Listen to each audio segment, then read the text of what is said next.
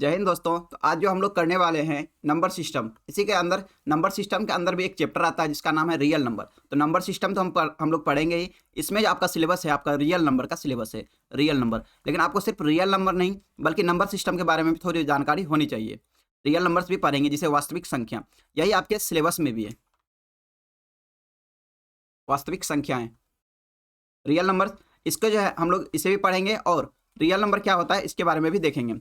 तो सबसे पहले बात करते हैं वास्तविक संख्याएं। तो ये वास्तविक संख्याएं आपके सिलेबस में है।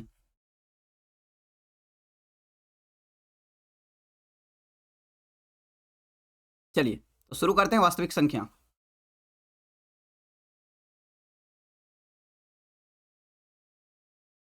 चलिए जुड़ जाए सभी। ये जो मैथ की क्लास है ये सभी के लिए है, फ्री है, और जो भी चाहे देख सकते हैं इसे। और ये डीएलएड के लिए आपकी चलाई जा रही क्लास। तो पहला जो चैप्टर आपका रियल नंबर्स या वास्तविक संख्या है, जिसे नंबर सिस्टम के अंतर्गत आता है। चलिए शुरू करते हैं।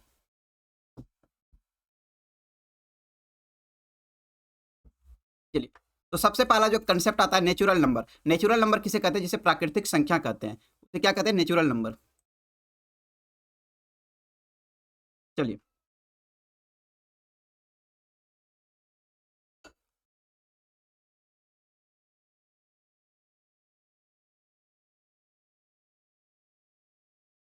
चलिए तो प्राकृतिक संख्या क्या होती है इसके बारे में सबसे पहले देखते हैं। चलिए सभी को गुड मॉर्निंग। पहले रियल नंबर जानेंगे, नेचुरल नंबर जानेंगे। नेचुरल नंबर क्या होता है? चलिए तो देखिए, गिनती में क्या है? गिनती में प्रयोग होने वाली संख्याओं के समुच्चय को प्राकृतिक संख्या का समुच्चय कहते हैं। समुच्चय क्या होता है? आपका सेट। समुच्चय को इंग्लिश में क्या कहते हैं? सेट कहते हैं, सेट। तो देखिए नेचुरल नंबर किसे कहते हैं? जिसे प्राकृतिक संख्या कहते हैं। गिनती में प्रयोग होने वाली संख्या, जो भी गिनती करते हैं, गिनती कहाँ शुरू करते हैं? हम लोग एक से शुरू करते हैं। गिनती हम लोग एक से शुरू करते हैं। समुच्चय को प्राकृतिक संख्याओं का समुच्चय, मतलब यहाँ पे प्राकृतिक संख्या नेचुरल नंबर का क्या कहता है? सेट कहा जाता है। इन्हें गिनती की संख्या भी कहते हैं, इन्हें गिनती की संख्या भी कहते हैं। जब भी हम लोग गिनती शुरू करते हैं, कहाँ शुरू करते हैं? एक, दो, तीन, चार, इस प्रकार से हम लोग गिनती शुरू करते हैं, एक से लेके जहां तक जा सके। उसके बाद इन्हें जो है एन से प्रकट किया था, मतलब एन से जैसे डिनोट किया जाता है। एन का मतलब क्या हुआ? Natural number. एन का मतलब क्या हुआ? Natural number. मतलब नेचुरल नंबर के सेट को जो है एन से डिनोट करते हैं, जिसे क्या कहते हैं? एन को नेचुरल नंबर्स कहते हैं। चलिए अब बात करते हैं जहां एन बराबर क्या होता है। तो एन जो है सेट होता है किसका? प्राकृतिक संख्या का। एक, दो और तीन, इसी प्रकार से आगे बढ़ते जाएंगे अनंत तक। चलिए अब बढ़ते हैं आगे। ने, नेचुरल नंबर समझ में आया सभी को? प्राकृतिक संख्या क्या होती है? गिनती की संख्या, जिसे हम लोग एक से स्टार्ट करते हैं, एक से लेके जहां तक जा सके, अनंत तक। और एक बात आपको ध्यान में रखना है, नेचुरल नंबर जो भी होता है वो नेगेटिव में नहीं होता, वो हमेशा पॉजिटिव में होता है। और इसमें इसमें क्या क्या इंक्लूड नहीं होता है? इसमें नॉट इंक्लूड। नॉट इंक्लूड में क्या सब होता है? इंक्लूड, इसमें नेगेटिव वाले नहीं आते, नेगेटिव वाले नहीं आते हैं, और इसमें जीरो भी नहीं आता है। इसमें आप ध्यान रखेंगे, नॉट इंक्लूड कौन कौन? नेगेटिव और जीरो वाले नहीं आएंगे, इसको बाकी छोड़ के सब आएंगे नेचुरल नंबर में। चलिए अब बढ़ते हैं आगे, सम संख्या के बारे में बात करते हैं। तो सम संख्या किसे कहते हैं? सम संख्या वैसी संख्या होती है जिसमें दो से विभाजित होने वाली प्राकृतिक संख्या के समुच्चय को क्या कहते हैं? सम संख्याओं का समुच्चय कहते हैं। समुच्चय मतलब यहाँ पे सेट, इसे क्या कहते हैं? सेट कहते हैं। यहाँ पे इसे क्या कहते हैं? सेट कहते हैं। तो इवन नंबर कैसे कहते हैं? जिसमें दो से डिवाइड लग सके, जिसमें दो से डिवाइड लग सके, वैसा नेचुरल नंबर जिसमें दो से डिवाइड लग सके, उसे क्या कहते हैं? उसे सम संख्या कहते हैं, इवन नंबर कहते हैं। तो देखिए, तो इसे ई से डिनोट करते हैं, इसे इस सेट को क्या करते हैं? ई से डिनोट करते हैं। इस ई का मतलब क्या हुआ? तो इवन नंबर का सेट। इवन नंबर का सेट जो होता है वो उसे क्या कहते हैं? तो उसे ई कहते हैं। ई मतलब ई से डिनोट करते हैं। तो देखिए कौन कौन से आते हैं इवन नंबर में? दो आते हैं, चार आते हैं, छः आते हैं, आठ आते हैं, 10 आते हैं, 12 आते हैं, 14 आते हैं, 16 आते हैं, इस प्रकार से आते हैं। चलिए अब बढ़ते हैं आगे। समझ में आया सभी को? तो इवन नंबर को किससे डिनोट करते हैं? ई से डिनोट करते हैं। ई का सेट में क्या क्या आता है? तो दो आता है, चार आता है, छः आता है, आठ आता है, 10 आता है, और इसी प्रकार से आगे। ये देखिए, ये जो आपको जो लाइन, ये जो दिया हुआ है, ये जो सिंबल दिया हुआ है, ये क्या होता है? ये आपका सेट होता है। इसको जो है सेट से डिनोट करते हैं, इसे सेट कहते हैं। चलिए चलिए बिल्कुल सही। अब बढ़ते हैं अब आगे, विषम संख्या क्या होती है? तो विषम संख्या जिसे ऑड नंबर्स कहते हैं, ऑड नंबर्स क्या होती है? कह रहे हैं दो से पूर्ण रूप से विभाजित नहीं होने वाली संख्या का प्राकृतिक संख्या को सेट को क्या कहते हैं? तो विषम संख्याओं के सेट कहते हैं। दूसरे शब्दों में यह कहा जा सकता है कि प्राकृतिक संख्या जो सम संख्या नहीं है वो क्या हो जाएगी? तो वह विषम संख्या हो जाएगी। मतलब सम संख्या को छोड़ के जितने भी नेचुरल नंबर है वो क्या हो जाएंगे? आपकी विषम संख्या हो जाएंगे। और इसे किससे डिनोट करते हैं? इसे ओ से डिनोट करते हैं। ओ का मतलब क्या हुआ? ऑड नंबर का सेट। ऑड नंबर्स का सेट जो होता है, ऑड नंबर्स का जो सेट होता है, इसे क्या कहते हैं? इसे विषम संख्या कहते हैं। चलिए सबको पता है, बट हम लोग स्टार्टिंग से शुरू कर रहे हैं। जिसको पता नहीं भी है तो उसको भी उसमें उसको समझ में आना चाहिए। चलिए चलिए, आपको टेंशन नहीं होना चाहिए इस बात के लिए। आपको पता है अच्छी बात है, जिसको नहीं पता है उसको भी अच्छी बात है। तो देखिए, विषम संख्या वे होते हैं जिसमें दो से डिवाइड नहीं लगता, पूरी तरह से डिवाइड नहीं लगता है। और दूसरे शब्दों में कहा जा सकता है जो प्राकृतिक संख्या जो होती है सम संख्या नहीं है वो क्या कहलाती है? विषम संख्या कहलाती है। जैसे देखिए, तो यहाँ पे क्या है? ऑड नंबर का सेट क्या होता है? देखिए उसे क्या डिनोट करते हैं? 1 3 5 7। तो 1 3 5 7 9 11, इस प्रकार से जितनी भी संख्या होती है ये क्या होती है? ऑड नंबर का सेट होता है। ये भी अनंत तक जाती हैं। ठीक है, चलिए अब बढ़ते हैं आगे। तो पूर्ण संख्या क्या होती है? पूर्ण संख्या देखिए, पूर्ण संख्या मतलब क्या होता है? Whole number. देखिए नेचुरल नंबर में ही जब जीरो भी ऐड कर देते हैं, मतलब जीरो को भी जब शामिल कर लेते हैं नेचुरल नंबर में, तो नेचुरल नंबर का सेट क्या क्या होता है? तो देखिए 1 2 3 4, इस प्रकार से नेचुरल नंबर के सेट होते हैं। तो इसमें यदि हम जीरो को भी इंक्लूड कर लें, यदि हम जीरो को भी इसमें इंक्लूड कर लें तो ये क्या कहलाते हैं? ये होल नंबर कहलाते हैं। तो होल नंबर कहलाते हैं। होल नंबर का मतलब क्या होती है? पूर्ण संख्याएं। तो होल नंबर्स की मतलब क्या होता है? पूर्ण संख्याएं होती है, पूर्ण संख्याएं। चलिए तो देखिए, तो होल नंबर वो होता है जिसमें जो है, चलिए आप लोग जो है आप लोग लड़ाई ना करें, बात भी ना करें। चलिए, पूर्ण संख्या वो होती है जब प्राकृतिक संख्याओं के समुच्चय में, मतलब प्राकृतिक संख्याओं के सेट में जब शून्य को भी शामिल कर, मतलब जीरो को भी शामिल कर लिया जाता है तो पूर्ण संख्याओं का सेट कहलाता है। तो पूर्ण संख्या का जो है सेट बन जाता है। इसे देखिए, होल नंबर है तो इसे पूर्ण संख्या क्या कहते हैं? होल नंबर कहते हैं। इसे किससे डिनोट करते हैं? इसे डब्ल्यू से डिनोट करते हैं। तो डब्ल्यू बराबर क्या होगा? तो देखिए जीरो को भी शामिल कर लेंगे, 1 2 3, यहां से लेके अनंत तक जाएंगे। चलिए बिल्कुल समीर अंसारी बिल्कुल सही। बढ़ते हैं अब आगे। होल नंबर का मतलब ओ से मतलब डब्ल्यू से इसका डिनोट करेंगे। चलिए अब बढ़ते हैं पूर्णांक संख्या। तो पूर्णांक संख्या क्या होती है? अब जिसको भी डाउट था कि अब माइनस वाले को क्या कहेंगे, तो माइनस वाले जितने भी संख्या होते हैं, देखिए यहाँ पे क्या है? -4 -3 -2 -1, उसके बाद यहाँ पे जीरो भी है, उसके बाद 1 2 3 4 भी है। ठीक है, तो यहाँ पे देखिए पूर्णांक संख्या क्या होती है, इसके बारे पूर्णांक संख्या इंग्लिश में क्या कहते हैं? इंटीजर्स कहते हैं। इसे क्या कहते हैं? इंटीजर्स कहते हैं। तो देखिए देखिए इसका डिफिनेशन क्या होता है? जब पूर्ण संख्याओं के समुच्चय को, तो पूर्ण संख्या के समुच्चय क्या क्या होते थे? तो 0 1 2 3, अभी हमने पढ़ा था कि नेचुरल नंबर में जीरो ऐड करते हैं तो क्या बन जाता है? होल नंबर बन जाता है, होल नंबर्स बन जाते हैं, जिसे क्या कहते हैं? पूर्ण संख्या कहते हैं। तो 1 2 3 4, इस सेट को क्या कहते थे? इस सेट को कहते थे होल नंबर। क्या कहते थे? होल नंबर कहते थे, होल नंबर्स कहते थे। जब इसमें भी, अब देखिए इसमें भी जब जब पूर्णांक संख्या के समुच्चय में ऋणात्मक चिन्ह के साथ प्राकृतिक संख्या को शामिल कर लिया जाता है, तब क्या करता है? तब पूर्णांक संख्याओं का सेट बन जाता है, जिसे क्या कहते हैं? इसे पूर्णांक संख्या कहते हैं। पूर्णांक संख्या को जेड से डिनोट किया जाता है। आप यहाँ पे याद रखेंगे, इसका इंग्लिश होता है इंटीजर, लेकिन इसको डिनोट करते हैं जेड से। इसको डिनोट करते हैं किससे? जेड से डिनोट करते हैं। तो देखिए इसे आई से भी डिनोट कर सकते हैं, इसे आई और जेड दोनों से डिनोट करते हैं। ठीक है, यदि आपको जेड का सेट दिया हुआ है तो आपको घबराना नहीं है कि जेड क्या है। तो जेड आपकी पूर्णांक संख्याएं होती है, उसे इंटीजर भी कहते हैं। तो देखिए इसमें क्या क्या होंगे? तो इसमें -4, देखिए इसमें 0 से लेके 1 1 2 3 4 तो थे, ये क्या थे? आपके होल नंबर। जब होल नंबर्स में भी जब माइनस वाले जितने भी नेचुरल नंबर होते हैं, तो नेचुरल नंबर क्या क्या होते हैं? तो 1 2 3 4 5, इस प्रकार से नेचुरल नंबर होते हैं। जब सभी में क्या करें? ऋणात्मक चिन्ह का प्रयोग कर दें। यहाँ पे पहले ही बोला गया, यदि प्राकृतिक संख्याओं को जो है ऋणात्मक चिन्ह के साथ प्रयोग कर दें तो ये क्या हो जाता है? ये जो आपका ऋणात्मक वाला हो जाता है, ऋणात्मक पूर्णांक संख्या हो जाती है। ये ऋणात्मक पूर्णांक संख्या हो गई। तो देखिए यहाँ पे क्या हो जाएगा? तो -4 -3 -2 -1 0 1 2 3 4, ये सभी क्या हो गए? ये हो गए आपकी पूर्णांक संख्या।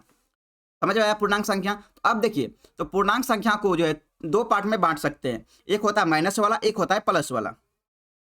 चलिए तो पूर्णांक संख्याओं को बाद में जो है बाद में धनात्मक और ऋणात्मक रूपों में वर्गीकृत, मतलब यहाँ वर्गीकृत का मतलब क्या होता है? क्लासिफिकेशन। क्लासिफिकेशन जब ऋणात्मक रूप में जब वर्गीकृत किया जाता है तब उसे क्या कहते हैं?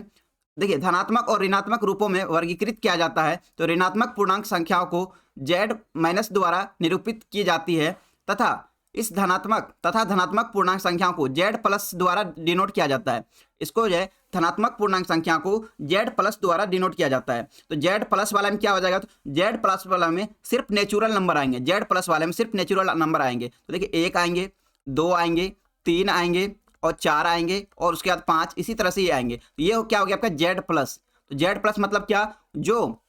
जो नेगेटिव वाले नहीं होंगे, जो पॉजिटिव वाले होंगे, जो पॉजिटिव वाले पूर्णांक संख्या होंगे तो उसे क्या कहेंगे? तो उसे जो है आप z प्लस से डिनोट करेंगे, जिसमें कि आपका सारे के सारे नेचुरल नंबर आ जाएंगे, क्योंकि ये सभी जो है क्या होते हैं? रियल मतलब नेचुरल नंबर होते हैं। अब यहाँ देखिए, अब z माइनस की बात करें, जितने भी ऋणात्मक चिन्ह वाले थे, जैसे क्या हो गया? माइनस मतलब माइनस इन्फिनिटी हो गया, उसके बाद -5 हो गया, -4 हो गया, -3 हो गया, -2 हो गया, -1 हो गया, ये सभी क्या आ गए? ये निगेटिव वाले। तो इसे क्या कहेंगे? z निगेटिव से डिनोट करेंगे, मतलब पूर्णांक संख्या तो है लेकिन ये क्या है? निगेटिव में है, इसके z माइनस से डिनोट करेंगे। उसके बाद देखिए, अब यहाँ बात रही, सर आपने तो नेगेटिव वाले भी ले लिए, पॉजिटिव वाले भी ले लिए, बट ये जीरो को क्यों छोड़ दिया? तो देखिए, यहाँ जीरो जो होता है ना तो ऋणात्मक होता है ना ही क्या होता है? धनात्मक होता है। लेकिन ये क्या होती है? ये आपकी जो है ये पूर्ण संख्या में भी शामिल होती है और ये पूर्णांक संख्या में भी शामिल होती है। ये क्या हो गया आपका? पूर्णांक संख्या। जीरो क्या है? पूर्णांक संख्या तो होती है लेकिन ना ही धनात्मक होती है, ना ही क्या होती है? ना ही ऋणात्मक होती है। ये पूर्णांक संख्या भी होती है और पूर्ण संख्या में भी ये सम्मिलित होते हैं, पूर्ण संख्या में सम्मिलित होते हैं। लेकिन जीरो जो है आपका नेचुरल नंबर नहीं होता है। नेचुरल मतलब क्या? प्राकृतिक संख्या ये नहीं होती है। प्राकृतिक संख्या जीरो जो है प्राकृतिक संख्या आपकी नहीं होती है। तो प्राकृतिक संख्या क्या हो जाएगा? प्राकृतिक संख्या यहाँ पे नहीं होंगे और बाकी पूर्णांक संख्या हो जाएंगे, पूर्ण संख्या हो जाएंगे। अब बढ़ते हैं आगे, अब बात करते हैं अभाज्य संख्या की। तो अभाज्य संख्या क्या होता है इसके बारे में देखते हैं। तो आप लोग को बचपन से पता होगा, जब आप लोग शुरू किए होंगे पढ़ना। तो अभाज्य संख्या क्या होती है? अभाज्य संख्या को रूट संख्या भी कहते हैं, जिसे क्या कहते हैं? Prime number. इसे क्या कहते हैं? प्राइम नंबर्स भी कहते हैं। तो अभाज्य संख्या का मतलब क्या होता है? Prime number. तो आप लोग जानते होंगे प्राइम नंबर क्या होता है। देखिए, प्राइम नंबर्स के बारे में बात करें तो प्राइम नंबर्स वे पूर्ण संख्या होती है। तो पूर्ण संख्या का मतलब क्या? पूर्ण संख्या जीरो से शुरू होता है, जीरो से लेके 0, 1, 2, 3, 4 यहां से लेके अनंत तक जाता है, ठीक है। लेकिन इसमें नेगेटिव वाले नहीं आते हैं। देखिए यहां देखिए, वे पूर्ण संख्याएं, देखिए यहाँ पे आपको बताया गया जीरो जो आपका नेचुरल नंबर नहीं होता है। यहाँ पे आपको यहाँ पे देखिए, यहाँ पे कट कर दिया गया कि जीरो जो आपका नेचुरल नंबर नहीं होता है, बाकी पूर्णांक संख्या भी होती है, पूर्ण संख्या भी होती है। चलिए अब देखिए, अभाज्य संख्या के बारे में बात करें तो वे पूर्ण संख्या जिनके स्वयं और एक के अतिरिक्त और कोई भी गुणनखंड नहीं होते हैं, उसे क्या कहते हैं? अभाज्य संख्या कहते हैं। इसको साधारण भाषा में बोले तो देखिए, जिसमें एक अभाज्य संख्या वैसी संख्या होती है जिसमें सिर्फ एक और स्वयं से भाग लगे, जिसमें सिर्फ एक और स्वयं से भाग लगे, मतलब स्वयं मतलब क्या होता है? सेल्फ से भाग लगे, उसे क्या कहते हैं? उसे अभाज्य संख्या कहते हैं, उसे अभाज्य संख्या कहते हैं। देखिए अभाज्य संख्या में क्या क्या हो जाएंगे? यहाँ पे अभाज्य संख्या आपके दो होते हैं। देखिए एक जो है आपका, एक आप याद रखेंगे, एक जो आपका अभाज्य संख्या नहीं होती है। एक जो है, एक को छोड़कर जितने भी देखिए 2, 2, 3, 5, 7, 11, 13, 17, 19 ये जो है सभी क्या होते हैं? अभाज्य संख्या। अब यहाँ पे बात करते हैं, देखिए यदि हम सेट ले लें, देखिए 2 ले लें, 3 ले लें, 4 ले लें, 5 ले लें, 6 ले लें, 7, 8, 9, 10, 11, 12, 13 यदि हम यहाँ तक सेट ले लें तो देखिए आप देखिए दो जो है अभाज्य संख्या, क्योंकि इसमें सिर्फ एक से भाग लगेगा या तो 2 से भाग लगेगा। उसी प्रकार 3 देखिए, 3 में भी क्या करेगा? या तो 1 से भाग लगेगा और 3 से भाग लगेगा, इसके अलावा किसी से भाग नहीं लगेगा। लेकिन यहाँ पे 4 की बात करें तो 4 जो है आपका, 4 में देखिए 1 से भी भाग लग रहा है, 2 से भी भाग लग रहा है और 4 से भी भाग लग रहा है। इसीलिए ये जो आपका, ये क्या होता है? आपका प्राइम नंबर नहीं होता है। 4 जो आपका प्राइम नंबर नहीं होता है। उसके बाद देखिए, अब बात करते हैं 5 की। तो 5 में देखिए, 5 में भी सिर्फ 1 और 5 से भाग लगते हैं, तो ये क्या हो जाएंगे? आपके प्राइम नंबर हो जाएंगे। अब बात करते हैं 6 की। 6 जो है आपका, देखिए इसमें 6 में तो 1 से भाग लगते ही हैं, 1 से भाग लगते हैं, 2 से भी भाग लगते हैं 3 से भी भाग लगता है और 6 से भी भाग लगते हैं। तो यहाँ पे क्या हो जाएगा, ये 6 जो है ये अभाज्य संख्या नहीं होंगी, क्योंकि अभाज्य संख्या होने के लिए सिर्फ 1 से भाग लगना चाहिए या तो 6 से भाग लगने चाहिए। उसके बाद देखिए, अब बात करें 7 की, तो 7 में देखेंगे आप 1 और 7 से ही भाग लगता है और किसी से भाग यहाँ पे नहीं लगता है। अब बात करते हैं 8 की, तो जब 8 की बात करें तो 8 में देखिए, 8 में जब भाग लगेंगे 1 से भी भाग लगेगा, 2 से भी भाग लगता है, 4 से भी भाग लगता है और 8 से भी भाग लगता है। तो ये क्या हो गया, ये आपकी अभाज्य संख्या नहीं है, क्योंकि अभाज्य संख्या होने के लिए सिर्फ 1 और 8 से भाग लगना चाहिए था। अब उसके बाद बात करते हैं 9 की, तो जब 9 की बात करें तो 9 में देखिए 1 से भी भाग लगता है और 3 से भी भाग लगता है और 9 से भी भाग लगता है। तो यहाँ पे अभाज्य संख्याएं होने के लिए क्या बोला गया था, सिर्फ 1 और स्वयं से भाग लगे। तो यहाँ पे देखिए, यहाँ पे 3 से भी भाग हो रहा है, यहाँ पे 3 से भी भाग रहा है, इसीलिए क्या है, ये आपका अभाज्य संख्या नहीं है। उसी प्रकार 10 की बात करें तो 10 में 2 और 5 से भी भाग लगते हैं, इसीलिए अभाज्य संख्या नहीं है। 11 में सिर्फ 1 और 11 से भाग लगते हैं, तो क्या हो गया, अभाज्य संख्या होंगे। 12 में देखेंगे आप 2 से भी भाग लगते हैं, 3 से भी भाग लगते हैं और 4 से भी भाग लगते हैं, लेकिन वहां पे अभाज्य संख्या होने के लिए सिर्फ 1 और 12 से भाग लगने चाहिए थे, लेकिन यहाँ पे 2, 3 और 4 से भाग भी लग रहे हैं, तो 12 भी अभाज्य संख्या नहीं हो जाएंगे। उसके बाद बात करें 13 की, तो 13 भी क्या है, आपकी अभाज्य संख्या है। 13 भी क्या है, अभाज्य संख्या, क्योंकि सिर्फ इसमें 1 और 13 से ही भाग लगते हैं, 1 और 13 से ही भाग लगते हैं। चलिए अब बढ़ते हैं आगे, तो देखिए अब पढ़ते हैं नोट। तो देखिए यहाँ पे बोला, पहला जो नोट है इसमें बोला गया है, दो ही एक ऐसी सम संख्या है, दो क्या है, दो ही एक ऐसी सम संख्या है जो रूट संख्या मतलब अभाज्य संख्या, जो अभाज्य संख्या भी है, बल्कि दो से ही रूट संख्या की शुरुआत होती है। मतलब रूट संख्या मतलब क्या, अभाज्य संख्या, जिसे प्राइम नंबर कहते हैं। समझ में आया। तो दो ही, देखिए आप जितने भी अभाज्य संख्या ले लें, जैसे देखिए 2 से शुरू होती है अभाज्य संख्या, 2, 3, 5, 7, 11, 13, 17, 19, 23, उसके बाद हो गया 29, उसके बाद हो गया 31, उसके बाद हो गया 37, उसके बाद हो गया 41। ये देखिए ये जितनी भी है, तो सिर्फ इसमें जो है आपको दो ही ऐसा संख्या दिखेगा जो कि क्या होता है, इवेन होता है। दो ही एक ऐसा संख्या दिखेगा जो इवेन होता है, कि 3, 5, 7, 11, 13, 17, 19, 23, 29, 31, 37, 41। ये सभी क्या है, ये सभी ऑड संख्या है। ये सभी क्या है, ये सभी जो जितने भी है ये सभी क्या है, ऑड नंबर्स हैं। लेकिन दो ही एक ऐसा अभाज्य संख्या है जो कि क्या होता है, इवेन होता है। आपको एग्जाम में डायरेक्ट आपको क्वेश्चन देखने के लिए मिल सकते हैं डीएलएड में, कि दो मतलब ऐसी कौन सी अभाज्य संख्या है जो कि सम होती है, और उसके अलावा जो है सभी क्या होते हैं, विषम होती है। क्योंकि दो ही एक ऐसी अभाज्य संख्या जो कि क्या होती है, सम होती हैं। और 3, 5, 7, 11, 13, 17, 19 ये सभी क्या होते हैं, ये सभी ऑड होते हैं। चलिए अब बढ़ते हैं आगे। तो यहाँ पे नोट दूसरा में बोला गया है कि दो के अलावा और सभी रूट संख्या है, सभी रूट संख्या क्या होती है, विषम संख्या होती है। सभी क्या, दो के अलावा जितने भी संख्या मतलब जितने भी अभाज्य संख्या होते हैं सभी क्या होते हैं, ऑड नंबर्स होती है।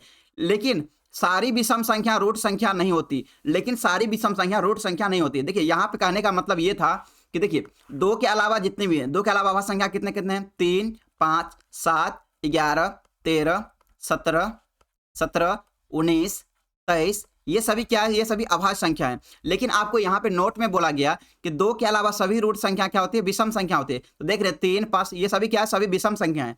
लेकिन यहाँ तो यहाँ पे 39 तो मैंने लिखा ही नहीं है, समीर अंसारी 39 तो मैंने कहीं नहीं लिखा है। 39 कहीं लिखा है क्या मैंने? चलिए तो यहाँ पे देखिए 3, 5, 7 ये सभी क्या थी, सभी ऑड नंबर्स थी। लेकिन नोट में बोला गया कि दो के अलावा जितने भी रूट संख्या मतलब अभाज्य संख्या सभी क्या होते हैं, ऑड नंबर्स होते हैं। लेकिन सारी विषम संख्या रूट संख्याएं नहीं होती है। सारी, यहाँ कहने का मतलब ये है कि जैसे 1 हो गए, 3 हो गए, 5 हो गए, 7 हो गए, 9 हो गए, 11 हो गए, 13 हो गए, 15 हो गए, उसके बाद 17 हो गए, 19 हो गए, 21 हो गए। तो ये सभी क्या है, सारी विषम संख्या है। क्या सभी विषम संख्या अभाज्य संख्या होती है क्या? तो आप देखेंगे यहाँ पे 9 जो है आपकी अभाज्य संख्या नहीं होती है। इसमें 1 से ही भाग लगता है, 3 से ही भाग लगता है और 9 से भी भाग लगते हैं। उसके बाद देखिए यहाँ पे बात करें 15 की, जब 15 की बात करें यहाँ पे क्या होगा, 1 से भी भाग लगता है, 3 से भी भाग लगता है, 5 से भी लगता है और 15 से भी लगते हैं। ये क्या होती है, ये अभाज्य संख्या नहीं होती है। तो 9 भी नहीं होंगे और 15 भी नहीं होंगे। उसी प्रकार 21 पे आए तो 21 में भी आपका जो है 1 से भी भाग लगता है, 3 से भी भाग लगता है, 7 से भी और 21 से भी भाग लगते हैं। तो ये देखिए चलिए 31 के पास देखिए, 31 के पास 37 है ना कि 39 है। तो देखिए यहाँ पे ये सभी क्या होते हैं, ये सब देखिए, तो यहाँ पे बोला गया 2 के अलावा जितनी भी अभाज्य संख्या होती है सभी क्या होती है, विषम संख्या होती है। लेकिन सारी विषम संख्या रूट संख्या नहीं होती, मतलब सभी विषम संख्या जो आपकी अभाज्य संख्या नहीं होती है, यही कहने का मतलब था। तो देखिए 9 क्या थे, 9 एक विषम संख्या थी लेकिन ये क्या थे, अभाज्य नहीं थी। उसी प्रकार 15 विषम संख्या थी लेकिन अभाज्य नहीं थी, और 21 विषम संख्या थी लेकिन जो है अभाज्य नहीं थी। तो देखिए, तो यहाँ पे कहने का मतलब ये है कि जितने भी विषम संख्या है सभी विषम संख्या अभाज्य संख्या यहाँ पे नहीं होती, अभाज्य संख्या नहीं होती, यही आपको नोट में बताया गया। चलिए अब बढ़ते हैं आगे जी, पीडीएफ तो जरूर मिलेंगे। चलिए अब बात करते हैं सह अभाज्य संख्या, को प्राइम नंबर्स क्या होते हैं। तो को प्राइम नंबर सिर्फ एक नंबर नहीं होते, यहाँ पे 2 नंबर होते हैं। को प्राइम नंबर्स आपस में देखिए सह अभाज्य संख्या जिसे क्या कहते हैं, को प्राइम नंबर्स। तो को प्राइम नंबर्स क्या होते हैं, 2 संख्याएं जिनमें एक के अतिरिक्त कोई भी उभयनिष्ठ गुणनखंड जो है ना हो, उसे क्या कहते हैं, सह अभाज्य संख्या कहलाती है। तो देखिए कहने का मतलब, इसको सीधे शब्दों में बोले तो स्व अभाज्य संख्या वैसी संख्या होती है जिसमें एक के अतिरिक्त जो है, एक के अतिरिक्त कोई भी कॉमन ना हो, एक के अतिरिक्त कोई भी कॉमन ना हो, कोई भी कॉमन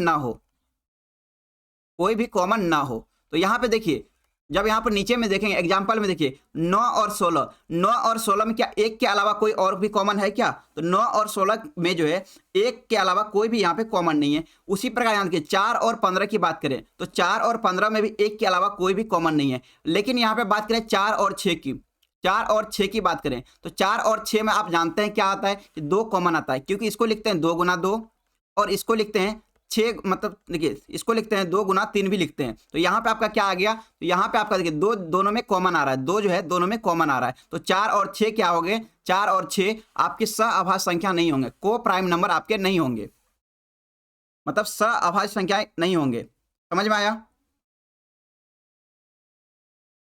देखिए आपको जो है इंग्लिश हिंदी के साथ आपके हर एक जगह इंग्लिश वर्ड का भी यूज किया जा रहा है।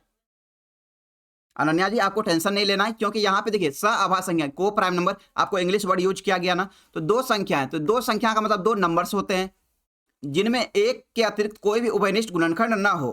तो यहाँ पे देखिए, यहाँ पे कितने हैं 9 और 16, तो 9 को यदि तोड़ें तो 3 गुना 3 लिख सकते हैं इसे, और यहाँ 16 को लिखें तो 16 को क्या लिखते हैं 2 गुना 2 गुना 2 गुना 2। तो इसमें देखिए एक ही कॉमन होगा, इसके अलावा यहाँ पे देखिए 3 गुना 3 है, यहाँ इसको क्या लिखते हैं 2 गुना 2 गुना 2। चलिए नहीं समझे तो कोई बात नहीं, यहाँ पे फिर से समझाते हैं। देखिए 9 और 16 की बात करें, 9 और 16 क्या है, 2 संख्याएं, क्या ये को प्राइम नंबर्स हैं। देखिए इसको क्या लिख सकते हैं 9 को, तो इसको लिख सकते हैं 1 गुना 3 भी लिख सकते हैं। उसी प्रकार 16 को क्या लिख सकते हैं 1 गुना 2 गुना 2 गुना 2 और गुना 2। तो कितना हो गए, तो 16 को यदि तोड़ेंगे तो क्या हो जाएगा 2 गुना 2 गुना 2 गुना 2, तो ये कितना हो गया, तो 16 हो गए। तो यहाँ पे देखिए क्या एक तो सब में कॉमन आता है, एक आपको पता होगा कोई भी नंबर ले लीजिए दुनिया का, 4 ले लीजिए, 5 ले लीजिए, 3 ले लीजिए, 6 ले लीजिए, एक का कॉमन का मतलब क्या है कि दोनों में 1 से तो भाग लगेगा ही, दोनों में 1 से भाग लगेगा ही। लेकिन यहाँ पे और देखिए 1 के अलावा कोई और भी गुणनखंड है क्या, तो देखा यहाँ देखिए यहाँ पे 9 को यदि तोड़े तो 3 गुना 3 होता है, लेकिन ये 16 को तोड़ते हैं तो 2 गुना 2 गुना 2 होता है। देखिए तो यहाँ पे क्या 3 गुना 3 और 2 गुना 2 गुना 2 गुना 2, क्या इसमें कोई कॉमन है क्या, इसमें कोई भी कॉमन नहीं है, एक के अलावा कोई भी कॉमन यहाँ पे नहीं है, और एक तो सभी संख्या में कॉमन होती ही है, तो एक के अलावा कोई भी कॉमन नहीं है। उसके बाद देखिए यहाँ पे, तो यहाँ पे देखिए अब दूसरा क्या है 4 और 15, तो 4 और 15 में देखिए 4 को कैसे तोड़ सकते हैं, तो 4 को 2 गुना 2 लिख सकते हैं, और 15 को क्या लिखेंगे तो 3 गुना 5 लिखेंगे। तो क्या यहाँ पे कोई कॉमन है क्या, 2 गुना 2 और 3 गुना 5 में क्या कोई कॉमन है क्या, तो यहाँ पे भी जो है कोई कॉमन नहीं है। सर 4 भी तो हो सकता है, देखिए यहाँ पे आपको कहाँ पे 4 हो सकता है, तो यहाँ पे देखिए यहाँ पे 2 संख्या स्व अभाज्य संख्या आपके 2 संख्या आएंगे, यहाँ पे 2 संख्या हमेशा जो है 2 संख्या आएंगे, जैसे 2 और 3 आएंगे, 2 और 3 आएंगे, यहाँ पे हमेशा जोड़ा ही आएंगे, जैसे यहाँ पे 4 और 6 आएंगे, तो 4 और 6 तो यहाँ पे आएंगे नहीं, क्योंकि 4 और 6 में 2 कॉमन आ जाता है, इसीलिए यहाँ पे नहीं होंगे। उसी प्रकार ले ले 15 और 29 ले लें, 15 और 29 में भी देखेंगे आप एक के अलावा कोई भी कॉमन नहीं आएंगे। तो यहाँ पे देखिए 4 और 15, तो 4 और 15 में क्या था 2 गुना 2 और 3 गुना 5, यहाँ पे भी देखें एक के अलावा कोई भी कॉमन यहाँ पे नहीं है, कोई भी कॉमन यहाँ पे नहीं है, कोई भी कॉमन नहीं है। एक तो सब में कॉमन होते हैं और एक के अलावा यहाँ पे कोई भी कॉमन नहीं है। उसी प्रकार 80 और 81 में, तो 80 और 81 में भी सिर्फ एक ही कॉमन है और इसके अलावा कोई भी कॉमन नहीं है।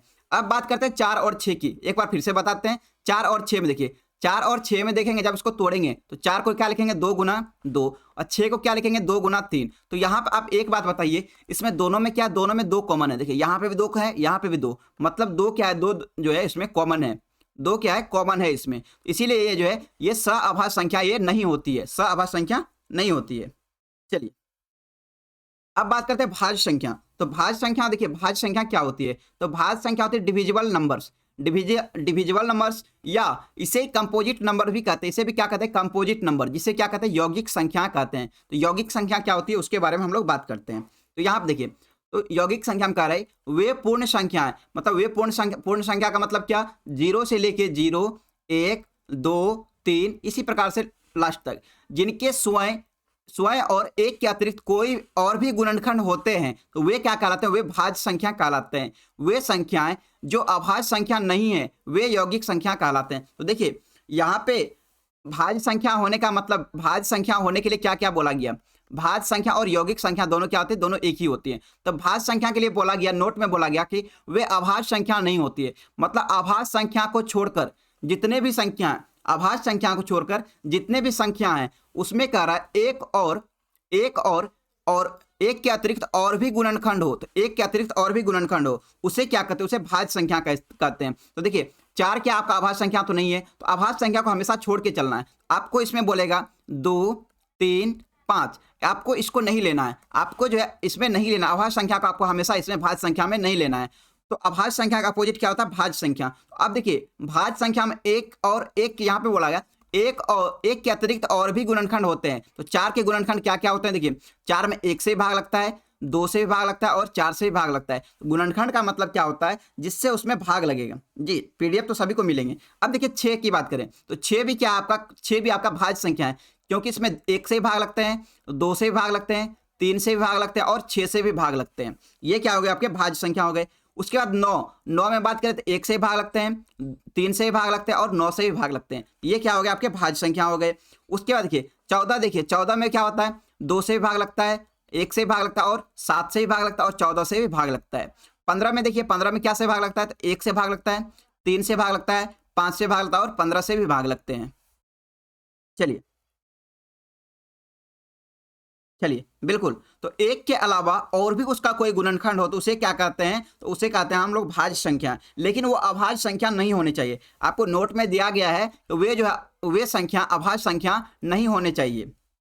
चलिए तो यहाँ पे कह रहा है एक के बारे में बोला जा रहा है, ना तो अभाज्य संख्या है और ना ही यौगिक संख्या है। मतलब एक ऐसी संख्या है जिसको ना ही आप भाज्य संख्या में लेंगे और ना ही अभाज्य संख्या में लेंगे। तो एक ना ही भाज्य है और ना ही अभाज्य है। चलिए अब बात करते हैं यौगिक संख्या। तो यौगिक संख्या क्या होती है, सम या विषम हो सकती है, सम या विषम हो सकते हैं। जैसे यहाँ देखिए 4 क्या था आपका सम संख्या था, 6 क्या था आपका सम संख्या था, लेकिन 9 जो था, 9 क्या था आपका विषम संख्या था। उसी प्रकार 15 क्या था, 15 आपका विषम संख्या था। तो यहाँ पे बोला गया यौगिक संख्या सम संख्या भी हो सकती है और विषम संख्या भी हो सकती है।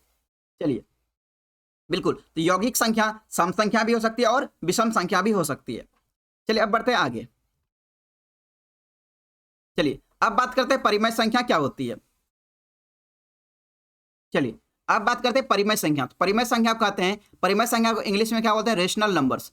तो परिमेय संख्या क्या बोलते हैं, रेशनल नंबर्स बोलते हैं। तो ऐसी संख्याएं जो p बटे q के रूप में निरूपित की जा सकती है, जहां p और q क्या है, पूर्णांक है। p और q पूर्णांक है मतलब क्या, तो p और q क्या है, पूर्णांक है। तो पूर्णांक होने का मतलब वो माइनस भी हो सकता है, 0 भी हो सकता है और प्लस भी हो सकता है। तो -5, -4 इस प्रकार से अंत तक जा सकता है, -3, -2, -1, 0, 1, 2, 3, 4, 5 ये इस प्रकार से संख्या हो सकती है। कह रहे ऐसी संख्या जो p बटे q के रूप में निरूपित की जा सकती है, जहां क्या हो, p और q दोनों क्या है, दोनों पूर्णांक है, दोनों का कोई उभयनिष्ठ गुणनखंड, दोनों का जो है कोई भी उभयनिष्ठ गुणनखंड ना हो, मतलब दोनों के बीच में कोई भी कॉमन ना हो।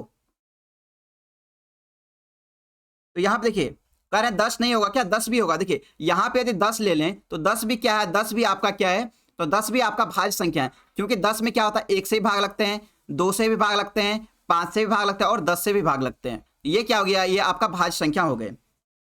चलिए, तो यहां पे बोला जा रहा है परिमेय संख्या क्या होती है, रेशनल नंबर्स क्या होती है, ऐसी संख्याएं जो p बटे q के रूप में निरूपित की जा सके और p और q क्या है, दोनों ही पूर्णांक संख्या हो, दोनों का कोई उभयनिष्ठ गुणनखंड ना हो, मतलब दोनों के बीच में कोई भी कॉमन ना हो उसका, तथा जो है q does not equal to 0 होना चाहिए। आप परिमेय संख्या के लिए हमेशा एक बात याद रखेंगे, आप p बटा q के रूप में लिख सकते हैं, लेकिन q जो है हमेशा q जो है नीचे वाला जो भी है q है इसको 0 के इक्वल टू नहीं होगा, 0 के हमेशा बराबर नहीं होगा, क्योंकि 0 जब भी किसी संख्या में, जैसे कोई भी संख्या ऊपर x हो और नीचे में 0 से भाग दें, ये क्या होता है, इन्फिनाइट हो जाता है। तो ये देखिए कह रहा है ऐसी संख्या जो p बटे q के रूप में निरूपित की जा सके और p और q क्या है, पूर्णांक है, दोनों का कोई भी कॉमन ना हो, तो q does not equal to 0 मतलब परिमेय संख्या कहलाती है। वो क्या कहलाती है, परिमेय संख्या। तो p बटे q क्या कहलाती है, परिमेय संख्या कहलाती है, लेकिन q does not equal to 0 होना चाहिए,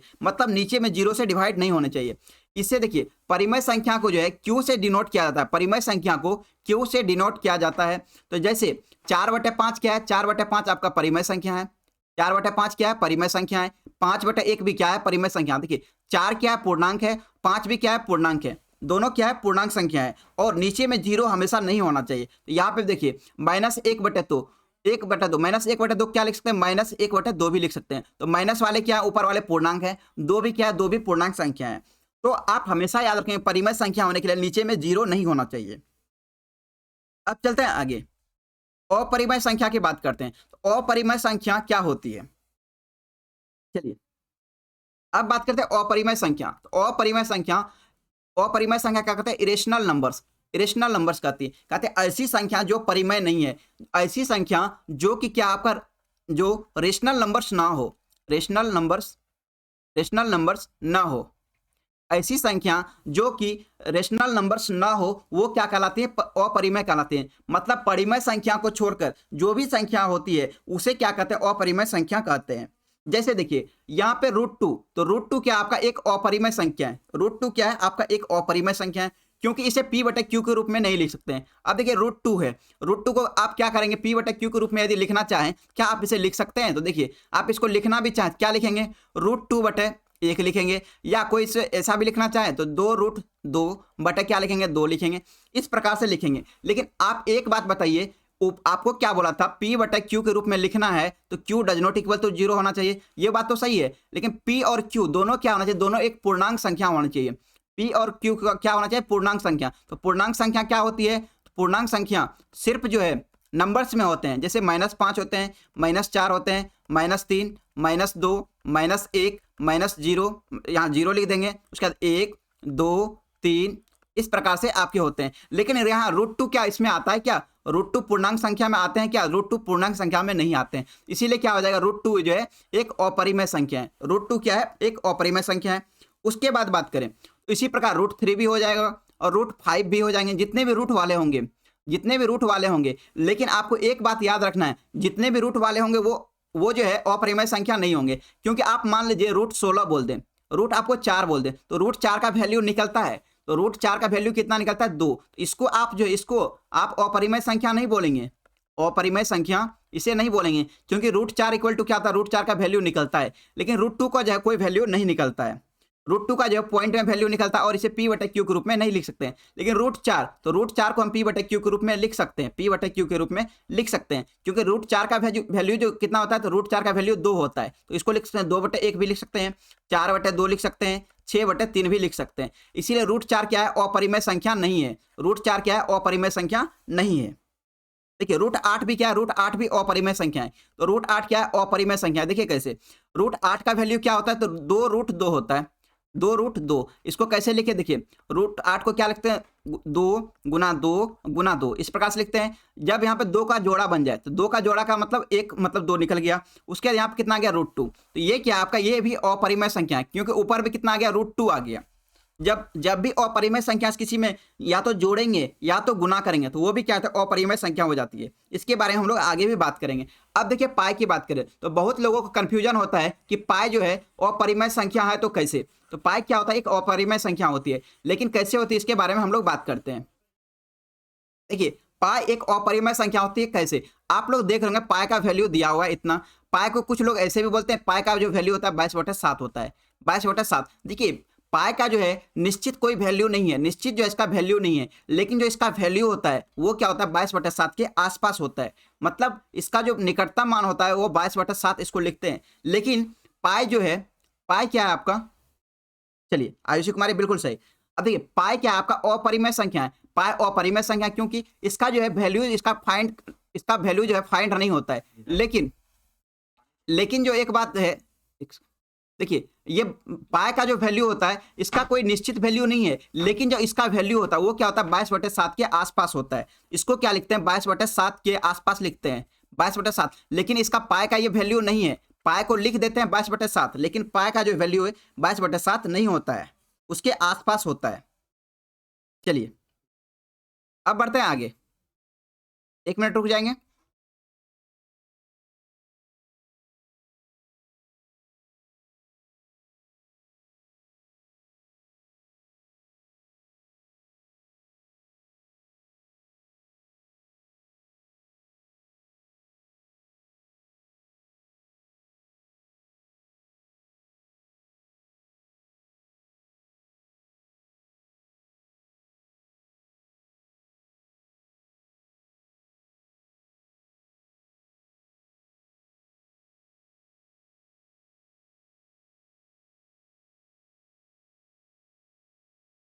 चलिए अब बढ़ते हैं आगे।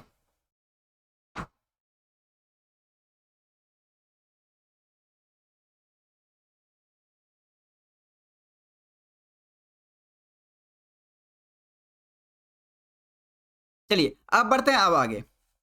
चलिए तो वास्तविक संख्या की बात करते हैं। वास्तविक संख्या क्या होती है? Real numbers. तो आपका जो मेन चैप्टर है आपको रियल नंबर्स ही पढ़ने हैं, तो आपको वो सारी जानकारी तो होनी चाहिए, रियल नंबर्स ही होने चाहिए। अब पढ़ना है रियल नंबर। रियल नंबर क्या होता है? तो देखिए आपको परिमेय संख्या और अपरिमेय संख्या समझ में आ गया। तो देखिए वास्तविक संख्या क्या होती है, रियल नंबर्स क्या होती है। देखिए रियल नंबर्स क्या होते हैं इसके बारे में देखते हैं। तो सभी परिमेय और अपरिमेय संख्या क्या कहलाती है? वास्तविक संख्या। जितने भी परिमेय संख्या, तो परिमेय संख्या का मतलब क्या, जिसे p/q के रूप में लिख सकते हैं। और अपरिमेय संख्या क्या, जिसे p/q के रूप में नहीं लिख सकते हैं, p/q के रूप में नहीं लिख सकते हैं, इसे क्या कहते हैं? अपरिमेय संख्या कहते हैं।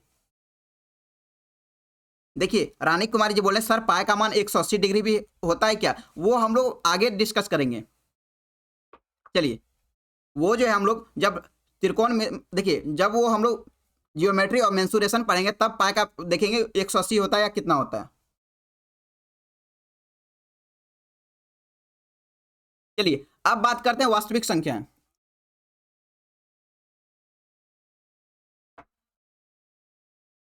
तो देखिए वास्तविक संख्या ऐसी संख्या को कहते हैं, सभी परिमेय और अपरिमेय संख्या क्या कहलाती है? वास्तविक संख्या कहलाती है। जो परिमेय है वो भी वास्तविक कहलाती है, और जो अपरिमेय है वो भी क्या कहलाती है? वास्तविक संख्या कहलाती है। इनका वर्ग क्या होता है? इनका वर्ग सदैव धनात्मक होता है। जैसे देखिए आपने क्या पढ़ा कि √3 क्या है? एक अपरिमेय संख्या है। जब √3 का आप स्क्वायर करेंगे, जब √3 का स्क्वायर करेंगे कितना आएगा? 3 आएगा। 3 क्या होता है? हमेशा धनात्मक होता है।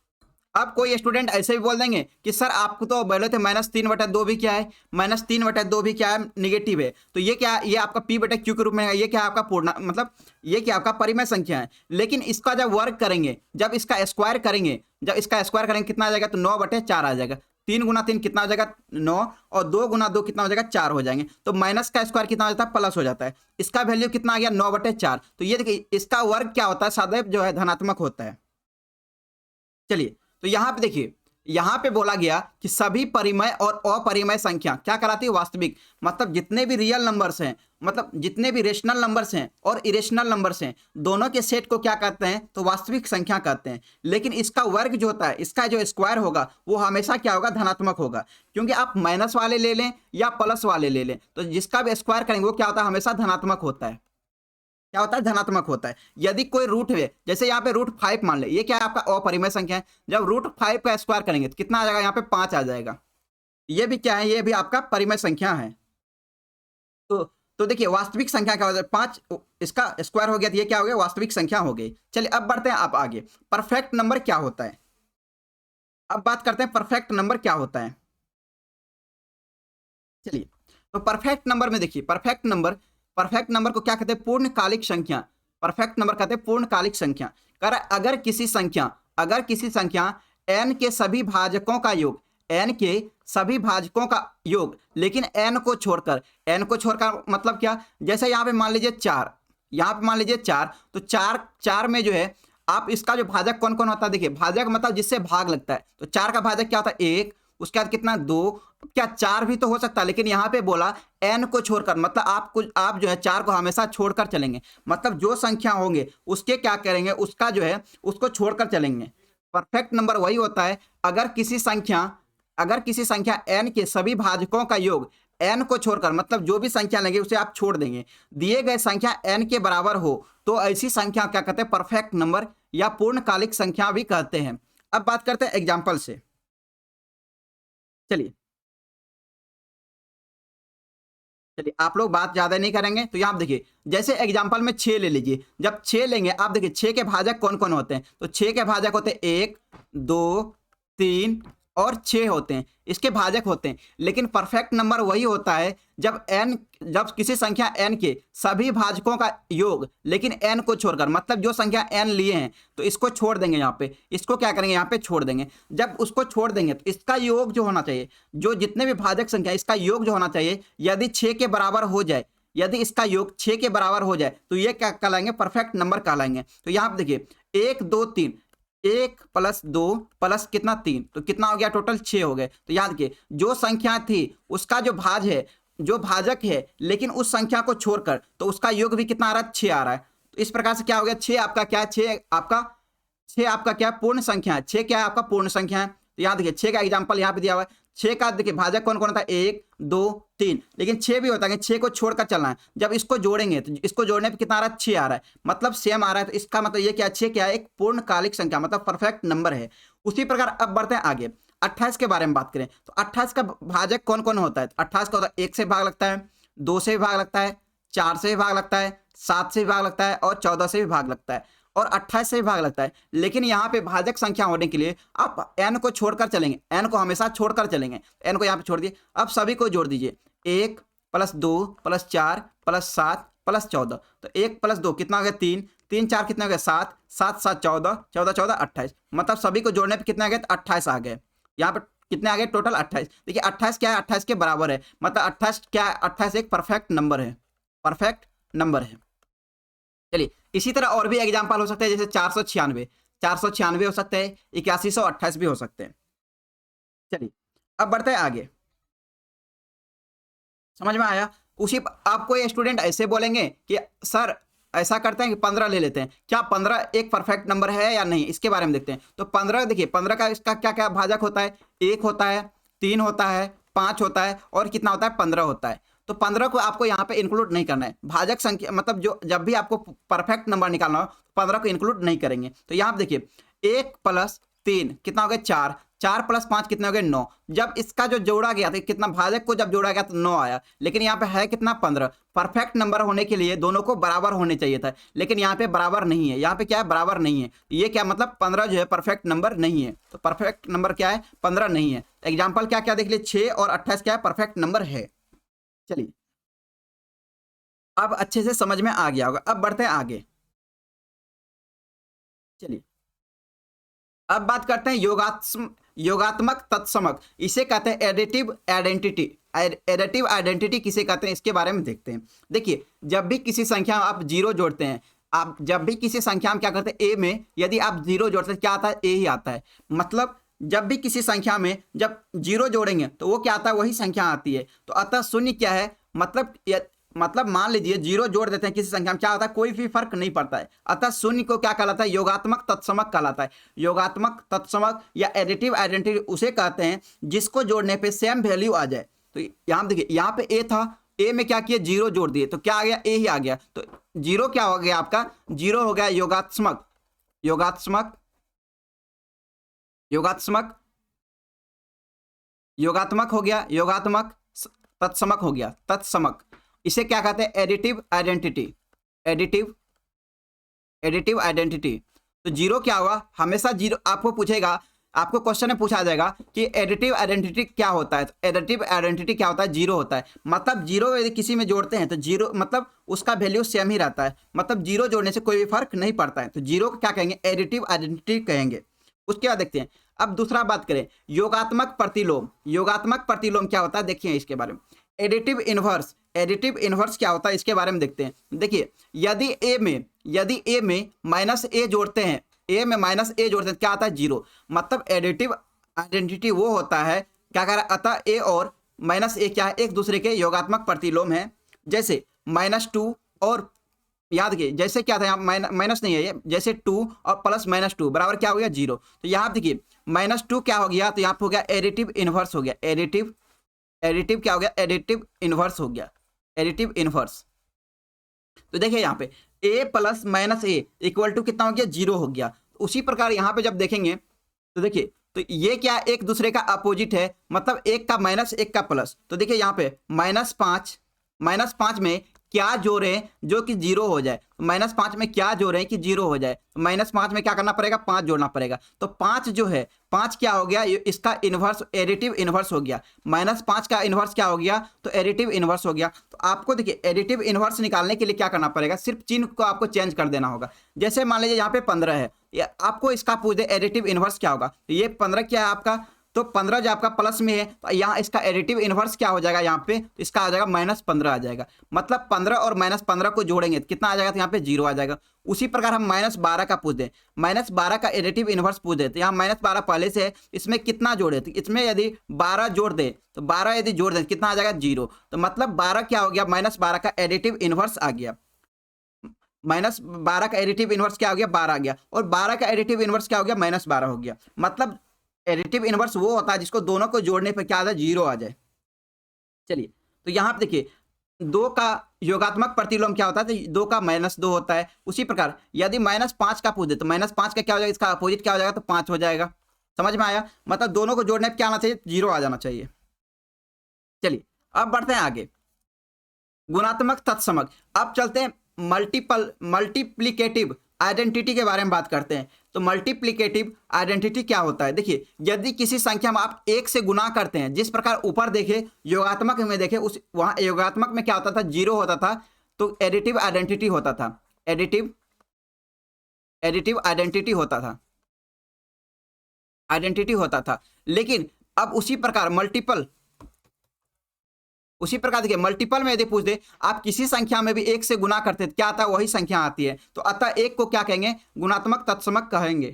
गुणात्मक तत्समक मतलब 3 में यदि एक से गुना कर दे क्या आता है, तो 3 ही आता है। इसे एक को क्या कहेंगे, तो मल्टीप्लिकेटिव आइडेंटिटी कहेंगे।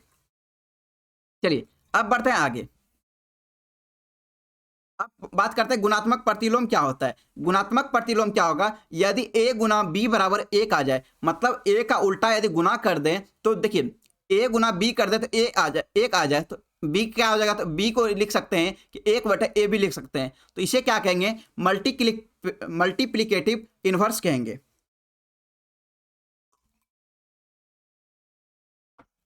चलिए अब देखिए गुणात्मक प्रतिलोम क्या होता है, गुणात्मक मल्टीप्लिकेटिव इनवर्स क्या होता है। मतलब किसी जैसे कोई संख्या था 3 में क्या करेंगे, 3 में क्या से गुना करें जो कि 1 आ जाए, तो 3 में आप जानते हैं क्या, 3 में क्या करें, इसका इनवर्स से गुना करेंगे। 3 में 1/3 से गुना करेंगे कितना आ जाएगा, तो यहाँ पे 1 आ जाएगा। सेम उसी प्रकार यदि हम यहाँ पे 5 ले लें तो 5 का क्या हो जाएगा, 5 का इनवर्स क्या हो जाएगा, 5 का 1/5 से गुना करेंगे तो कितना आ जाएगा, यहाँ पे 1 आ जाएगा। तो ये क्या हो गया आपका मल्टीप्लिकेटिव क्या हो गया, इनवर्स हो गया। किसका, 5 का मल्टीप्लिकेटिव इनवर्स क्या हो गया, 1/5 हो गया। 3 का क्या हो गया, तो 1/3 हो गया। अब इसी प्रकार बात करें 1/3 का क्या होगा। चलिए तो 1/3 का क्या होगा, 1/3 का मल्टीप्लिकेटिव इनवर्स क्या होगा। अब बताइए 1/3 में क्या से गुना करें तो जो कि 1 आ जाए, तो 1/3 में क्या करेंगे आप, 3 से गुना करेंगे तो कितना आ जाएगा, 3 से गुना करेंगे कितना आ जाएगा, तो 1 आ जाएगा। मतलब 1/3 का जो मल्टीप्लिकेटिव इनवर्स क्या हो गया, तो 3 मतलब 3 हो गया। तो मल्टीप्लिकेटिव इनवर्स क्या हो गया, 3 आ गया। चलिए तो यहां देखिए तो उसी प्रकार 2 का गुणात्मक प्रतिलोम क्या होता है, तो 1/2 होता है। उसी प्रकार 1/3 का पूछे कितना होता है, 3 होता है। 7 का पूछेगा 1/7 हो जाएगा, 1/5 का पूछेगा 5 हो जाएगा। समझ में आ गया सभी को। चलिए अब बढ़ते हैं आगे। चलिए बिल्कुल सही। अब बात करते हैं आगे। अब बात करते हैं संख्या ग्राफ, मतलब जो नंबर जो ग्राफ होते हैं तो वो कितने प्रकार से होते हैं। अब देखिए जितना भी हमने पढ़ा तो उसको अब एक चार्ट में हम लोग देख लेते हैं। देखिए आपको जो है संख्या ग्राफ, जो नंबर सिस्टम होते हैं, नंबर सिस्टम को दो भाग में बांटा गया है। एक होता है आपका रियल नंबर और एक होता है आपका इमेजिनरी नंबर। एक क्या होता है, इमेजिनरी नंबर। तो आपको जो आपके सिलेबस में जो है इमेजिनरी नंबर, तो आपके सिलेबस में सिर्फ आपको रियल नंबर्स पढ़ने हैं। आपको क्या करने हैं, रियल नंबर्स पढ़ने हैं, रियल नंबर्स। आपके सिलेबस में सिर्फ रियल नंबर्स हैं। ये आपका रियल नंबर जो आपका 10th लेवल पे आता है, ये 10th लेवल पे आता है, और ये इमेजिनरी नंबर जो आपका 12th लेवल पे आता है। तो आपको अभी एग्जाम जो आपका 10th लेवल पे होना है, ये आपका 12th लेवल पे नहीं होना है। ये आपका सिलेबस में नहीं है। इमेजिनरी नंबर जो है आपके सिलेबस में नहीं है। जिसको नहीं दिख रहा है आप क्या करें, थोड़ा जूम कर, मतलब आप जो है रिजोल्यूशन को बढ़ा लें, ठीक है। बस एक ही चार्ट को देखना है, उसके बाद हम लोग फिर से मतलब नॉर्मली आ जाएंगे। चलिए, तो यहाँ देखिए वास्तविक संख्या का होती है, मतलब रियल नंबर क्या होती है। रियल नंबर को हम लोग दो पार्ट में बांटते हैं। तो देखिए काल्पनिक संख्या, देखिए रियल नंबर, यहाँ देखिए ये इस साइड के जितने भी हैं उसे क्या कीजिए, छोड़ दीजिए, ये आपके सिलेबस में नहीं है। अब बात करते हैं इधर। आपकी क्लास जो है 1 बजे तक चलेगी। आपकी क्लास 1 बजे तक चलेगी, 11 से 1 बजे तक चलेगी। चलिए देखिए, इसको जूम नहीं कर सकते आप लोग, क्या करें साइज बढ़ा लें, बस 2 मिनट की बात है। तो याद देखिए वास्तविक संख्या में हमने क्या पढ़ा, तो वास्तविक संख्या को यदि तोड़ें तो क्या होती है, परिमेय संख्या और अपरिमेय संख्या आती है। तो परिमेय संख्या को देखिए यहाँ क्या आती है, परिमेय संख्या और अपरिमेय संख्या। अपरिमेय संख्या क्या होती है, √2 - √3 हो गया, इसमें पाई हो गया, ये सभी क्या हो गए, अपरिमेय संख्या हो गए। उसके बाद देखिए परिमेय संख्या की बात करें, तो परिमेय संख्या की बात करें, परिमेय संख्या में हमने क्या पढ़ा, तो परिमेय संख्या में पूर्णांक संख्या आती है और भिन्न संख्या भी आती है। तो पूर्णांक संख्या क्या होती है, -1 -2 आते हैं। उसके बाद 1 2, याद रखिए प्लस में भी आते हैं, तो 1 आते हैं, 2 आते हैं, 3 आते हैं, इसी प्रकार से आगे आते हैं। उसके बाद क्या आता है, शून्य आता है, मतलब शून्य का मतलब 0। तो पूर्णांक संख्या क्या होता है, 0 से लेके माइनस वाले और 0 वाले और प्लस वाले, ये सभी क्या होते हैं, पूर्णांक संख्या। तो देखिए परिमेय संख्या में ही भिन्न संख्या आती है, क्योंकि परिमेय संख्या क्या कहते हैं, P/Q के रूप में लिख सकते थे। तो P/Q के रूप में देखिए 2/3 हो गया, 8/5 हो गया, इसे क्या कहते हैं, इसे भिन्न संख्या कहते हैं। तो परिमेय संख्या को दो पार्ट में बांटा गया, एक पूर्णांक संख्या माइनस वाले प्लस वाले 0, और दूसरा क्या हो गया, भिन्न संख्या। दूसरा क्या, भिन्न संख्या। तो 2/3, 8/5, 3/4, इस प्रकार से 9/5, ये सभी क्या होगी, भिन्न संख्या। ये भी क्या होती है, परिमेय संख्या होती है। अब बात करते हैं आगे। तो देखिए यहाँ पे इसको पूर्णांक संख्या को हम लोग 3 पार्ट में बांटे थे। एक होता है माइनस वाले, और एक होता है प्लस वाले, और एक क्या होता है, एक 0 होता है। एक क्या होता है, 0 होता है। तो देखिए प्लस वाले को ही क्या कहते हैं, नेचुरल नंबर कहते हैं। प्लस वाले जितने भी हम लोग ऊपर भी अभी देखे हैं, तो प्लस वाले 1 2 3, ये सभी क्या है, ये सभी पूर्णांक संख्या है, वो भी धनात्मक। इसको Z+ से हम लोग डिनोट किए थे। Z+ वाले को क्या कहते हैं, प्राकृतिक संख्या। प्राकृतिक संख्या जैसे 1 2 3 डैश डैश डैश। उसके आगे पूर्णांक संख्या किसे कहते हैं, तो जो धनात्मक में जो पूर्णांक संख्या आते हैं, धनात्मक में पूर्णांक संख्या जो आती है और शून्य को यदि शामिल कर दें, ये क्या हो जाता है, आपके पूर्णांक संख्या हो जाती है। क्या होती है, पूर्णांक संख्या, जिसे क्या कहते हैं, पूर्ण संख्या भी कहते हैं। पूर्ण संख्या, याद रखिए यहाँ पे टाइपिंग एरर है, पूर्णांक संख्या नहीं होगा, यहाँ पे पूर्ण संख्या होंगे। तो पूर्ण संख्या क्या होती है, 0 को यदि देखिए क्वालिटी बढ़ा लीजिए, आपको आराम से दिखेगा। चलिए यहाँ देखिए शून्य सहित यदि ऐड कर लें, तो यदि 0 के साथ नेचुरल नंबर ऐड कर लेते हैं, 0 के साथ यदि धनात्मक पूर्णांक संख्या जोड़ लेते हैं, तो ये क्या होता है, आपका पूर्ण संख्या आ जाती है, पूर्ण संख्या। उसके बाद देखिए, तो अब बात करते हैं प्राकृतिक संख्या। प्राकृतिक संख्या भी कई प्रकार के होते हैं। प्राकृतिक संख्या क्या, 1 2 3 4 5 6, इस प्रकार से डैश डैश। देखिए प्राकृतिक संख्या में क्या होती है, अभाज्य संख्या आती है। अभाज्य संख्या क्या क्या, 2 3 5 7। उसके बाद देखिए यौगिक संख्या क्या होती है, यौगिक संख्या के बारे में हम लोग बात किए, तो वो भी क्या होती है, वो सभी क्या होते हैं, पॉजिटिव वाले होते हैं। तो पॉजिटिव क्या आ जाएगा, प्राकृतिक संख्या में ही आ जाएंगे। सम संख्या भी क्या आते हैं, सम संख्या भी आपके पॉजिटिव में ही आते हैं, मतलब प्राकृतिक संख्या में ही आते हैं। विषम संख्या भी क्या होती है, विषम संख्या भी आपके पॉजिटिव, विषम संख्या जितने में क्या होते हैं, सारे पॉजिटिव होते हैं, वो क्या होते हैं, आपके प्राकृतिक संख्या में ही आते हैं। अब कोई स्टूडेंट ऐसे बोलेंगे कि सर -1 -3 -5 क्या, और -2 -4 -6, क्या ऐसे सम संख्या और विषम संख्या बोल सकते हैं क्या।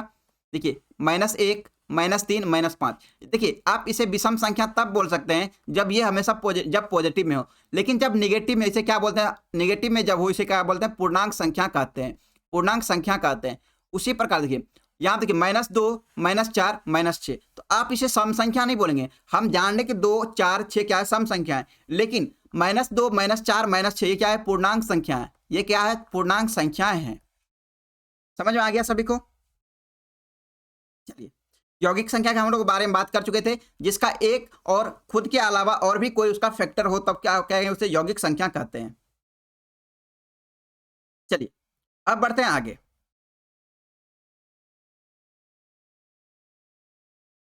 चलिए, तो अब कह रहा है संख्याओं पर कुछ बिंदु विशेष, कुछ जो है कुछ विशेष बिंदु हैं आपके, कुछ आपको यहाँ पे इंपॉर्टेंट आपको पॉइंट बताया जा रहा है, आप उसे याद रखेंगे, जो कि आपके एग्जाम में डायरेक्ट देखने के लिए मिलते हैं। Important points, important points.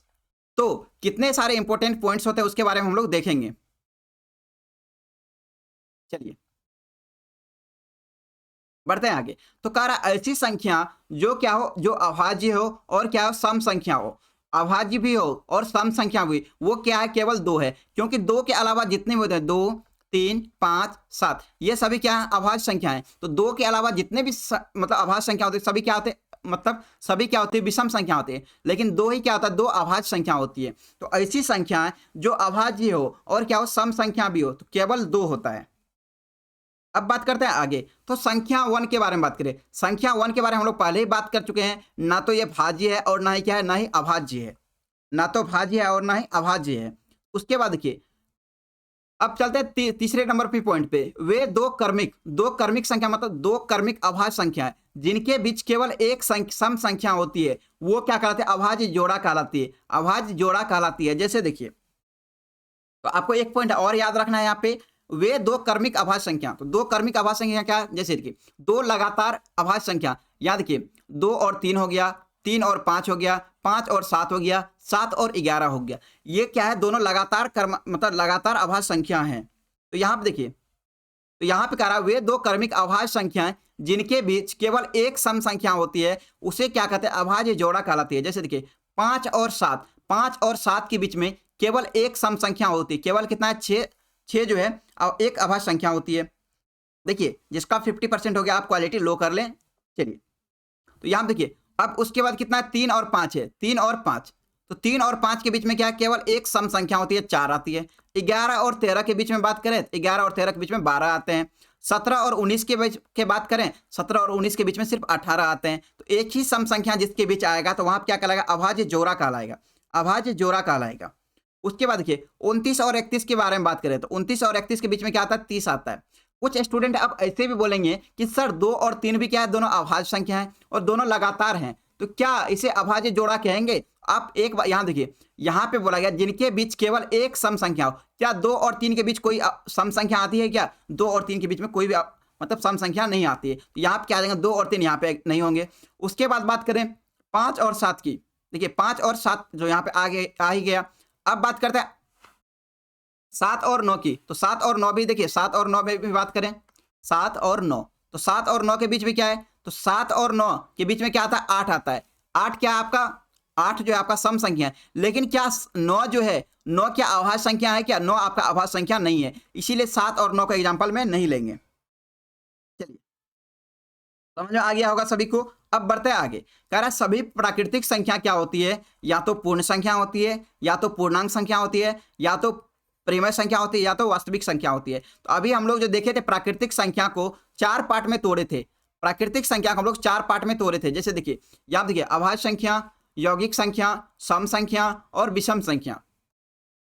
चलिए, तो यहाँ पे कह रहा है सभी प्राकृतिक संख्या क्या होती है, पूर्ण, पूर्णांक, परिमेय और वास्तविक होती है। मतलब ये जो नेचुरल नंबर होता है 1 2 3 4 5, ये जितने भी संख्या होती है, या तो ये पूर्ण संख्या होती है या पूर्णांक संख्या होती है, इसे परिमेय संख्या भी कह सकते हैं और इसे वास्तविक संख्या भी कहते हैं, रियल नंबर भी कहते हैं।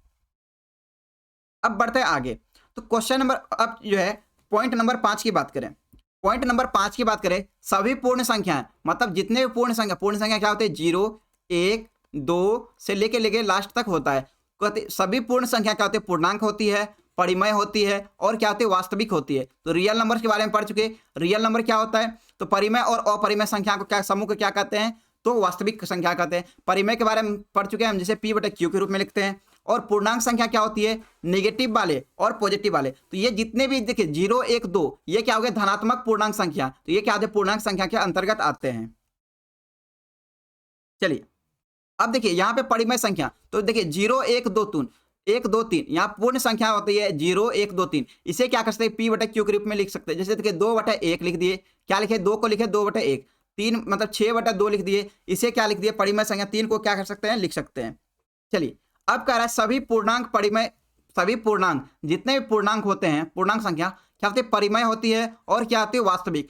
वास्तविक क्यों होती है, क्योंकि हम लोग रियल नंबर ही सिर्फ पढ़े हैं, रियल नंबर ही पढ़े हैं, इमेजिनरी नंबर जो है हम लोग को नहीं पढ़ना है। तो देखिए पूर्णांक जितने भी होते हैं, पूर्णांक क्या होते हैं, -5 -4 -3, इसी प्रकार से 0 आ गया, 1 आ गया, 2 आ गया, ये सभी क्या है, ये सभी पूर्णांक संख्या है। इसे ये क्या होता है, परिमेय होती है और क्या होती है, वास्तविक होती है। चलिए अब बात करते हैं पॉइंट नंबर 7। कह रहा सभी पूर्णांक जितने पूर्णांक होते हैं या तो परिमेय होते हैं या तो क्या होते हैं, अपरिमेय होती है, या तो परिमेय होती है या तो क्या होती है, अपरिमेय होती है, और क्या होती है, वास्तविक होती है। क्योंकि वास्तविक रियल नंबर्स के अंतर में ही क्या आता है, तो पूर्णांक संख्याएं आते हैं। चलिए पॉइंट नंबर 4 फिर से बोलने बताने के लिए, देखिए जितने भी नेचुरल नंबर हैं, जितने भी नेचुरल नंबर हैं, देखिए ये क्या होते हैं, पूर्ण संख्या भी होते हैं। पूर्ण संख्या का मतलब क्या, देखिए 1 2 3 4 ये क्या आता है, पूर्ण संख्या के अंतर भी आता है। पूर्णांक संख्या मतलब, तो देखिए जब हम लोग पूर्णांक संख्या क्या होता है, -5 -4 -3 -2 इस प्रकार से होता है, और 1 2 3 4 भी इसमें आता है। तो देखिए 1 2 3 4 जितने भी प्राकृतिक संख्या थे ये क्या थे, इसके अंतर्गत भी आ रहे थे। उसके बाद परिमेय संख्या भी होते हैं और वास्तविक संख्या भी होती है। अब बढ़ते हैं आगे, पॉइंट नंबर 8 की बात करें तो आप देखिए यहाँ पे पॉइंट नंबर 7 में बोला सभी पूर्णांक जितने पूर्णांक संख्या होती है वो क्या होती है, या तो परिमेय होती है और या तो क्या होती है, अपरिमेय होती है, और क्या होती है, वास्तविक होती है। चलिए अब बात करते हैं पॉइंट नंबर 8 की। अभाज्य संख्या क्या होती है, अभाज्य संख्या एवं यौगिक सम और विषम दोनों होते हैं। क्योंकि दो क्या आपका अभाज्य संख्या है, लेकिन ये क्या है, सम है, 3 है 5 है 7 है, ये सभी क्या है, विषम। तो अभाज्य संख्या और यौगिक संख्या क्या होती है, या तो सम होती है या तो क्या होती है, विषम, दोनों हो सकती है। देखिए देखिए आज सिर्फ एक ही क्लास होगी, आज जो है अभी रीजनिंग की आज एक ही मतलब मैथ की जो है एक ही क्लास होगी। आज रीजनिंग की क्लास जो है आपकी नहीं होगी, रीजनिंग की क्लास आज नहीं है, रीजनिंग की क्लास आज नहीं है, वो रीजनिंग की क्लास कल है, ठीक है। रीजनिंग की क्लास कल है, आपको शेड्यूल कर दिया गया है, ये रीजनिंग की क्लास जो है कल होगी, आज नहीं होगी, इसलिए आपको डाटा के लिए टेंशन नहीं लेना है। चलिए रीजनिंग की क्लास ना ही आज ऐप पे होगी ना ही यूट्यूब पे होगी, वो जी आपकी कल होगी, ठीक है।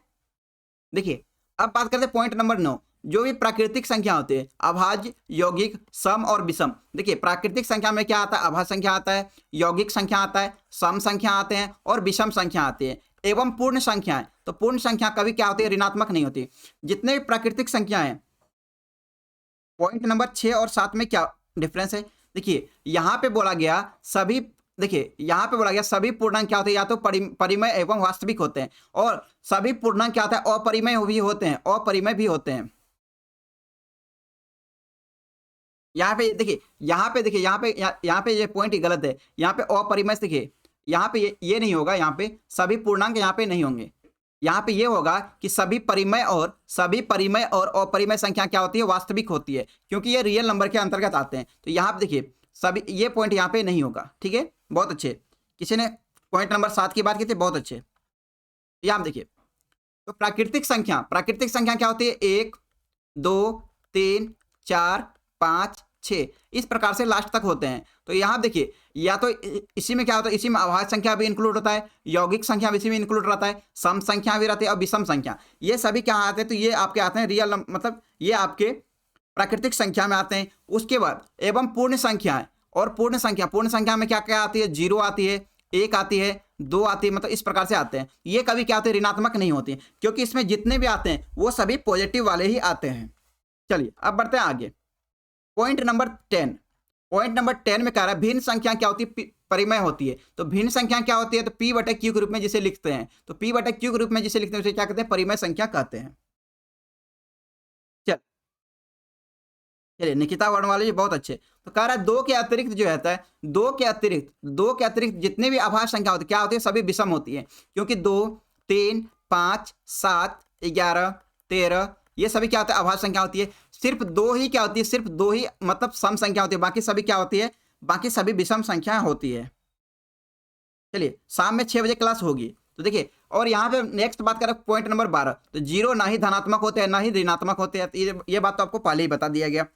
अब बात करते हैं 13 नंबर की पॉइंट की। पॉइंट नंबर 13 यूट्यूब वाली क्लास होगी बिल्कुल। तो कह रहा है किसी भी संख्या में शून्य का भाग देना क्या कहता है, परिभाषित नहीं है। अर्थात यदि किसी भी संख्या में शून्य का भाग देते हैं तो भागफल क्या होता है, अनंत आता है। जैसे देखिए a/0, किसी भी संख्या में आप 0 से भाग देंगे तो क्या आ जाएगा, इनफाइनाइट आ जाता है, मतलब अनंत आ जाता है। आप किसी भी संख्या में मतलब 0 से भाग देंगे तो क्या आ जाएगा, यहाँ पे इनफाइनाइट आ जाएगा। देखिए सभी परिमेय संख्या भिन्न होता है क्या, बिल्कुल सभी परिमेय संख्या क्या होती है, भिन्न होती है। अब बढ़ते हैं आगे, क्योंकि भिन्न संख्या को क्या कहते हैं, परिमेय संख्या कहते हैं। अब देखिए, अब कह रहा है शून्य में किसी संख्या का भाग देने पर, आप शून्य में किसी भी संख्या से भाग देंगे तो क्या आएगा, तो शून्य ही आएगा। जब शून्य में यदि किसी भी संख्या से भाग करेंगे तो क्या आएगा, तो जीरो ही आएगा। मतलब जीरो में किसी भी संख्या से भाग कीजिए तो क्या आएगा, जीरो ही आएगा। लेकिन जीरो क्या, देखिए यहाँ पे नीचे में क्या आपको हमेशा बोला गया, जीरो में नीचे में क्या होना चाहिए, जीरो नहीं होना चाहिए, क्योंकि जीरो होगा तो क्या हो जाएगा, इनफाइनाइट हो जाएगा। ठीक है, निकिता वर्णवाल जी पहले ही बता गया कि सभी परिमेय क्या होती है, भिन्न होती है, बिल्कुल। और देखिए पॉइंट नंबर 15 की, देखिए जीरो में आप 5 से भाग दीजिए या 20 से भाग दीजिए या 15 से भाग दीजिए, सभी में क्या आएगा, भागफल जीरो ही आएगा। क्या आएगा, जीरो ही आएगा। उसके बाद किसी संख्या में किसी अंक का स्थान के अनुसार जो मान होता है उसे क्या कहते हैं, स्थानीय मान। तो आप लोग बचपन में स्थानीय मान के बारे में पढ़े होंगे और अंकित मान के बारे में पढ़े होंगे। चलिए यहाँ पे हम लोग डिस्कस कर लेते हैं स्थानीय मान और अंकित मान क्या होता है। पॉइंट नंबर 15 और 16 के बारे में, स्थानीय मान एवं अंकित मान एवं अंकित मान। तो देखिए स्थानीय मान और अंकित मान क्या होता है, इसके बारे में देखते हैं। स्थानीय मान किस प्रकार से हम लोग निकालते थे, तो देखिए यहाँ पे यदि ऊपर में कितना दिया हुआ, 5200 5 2 8 3 दिया हुआ, इसमें आपको दो का स्थानीय, देखिए पॉइंट नंबर 16 में जो है दो का स्थानीय मान कितना था, 200 है बताया गया है। तो वो किस प्रकार से आया उसके बारे में हम लोग देखते हैं। तो देखिए दो का स्थानीय मान किस प्रकार से आया, 200, ये देखते हैं। तो आप देखिए दो कहाँ पे है, तो दो यहाँ पे है। तो दो का स्थानीय मान आप लोग पढ़े होंगे बचपन में क्या होता है, तो इसको लिखते हैं, दो का स्थानीय मान कितना होता है, 200 होता है, ये आप लोग जानते होंगे। लेकिन इसको किस प्रकार से लिखा गया, आइए उसको देखते हैं। देखिए 5 2 8 3 कितना है, 5283 है। इसको क्या लिखते हैं, देखिए इसको आप लिख सकते हैं 5000, मतलब 5 गुना 1000 प्लस 2 गुना 100, 2 गुना कितना 100 प्लस 8 गुना 10 प्लस कितना 3। इसको ऐसा क्यों लिखे,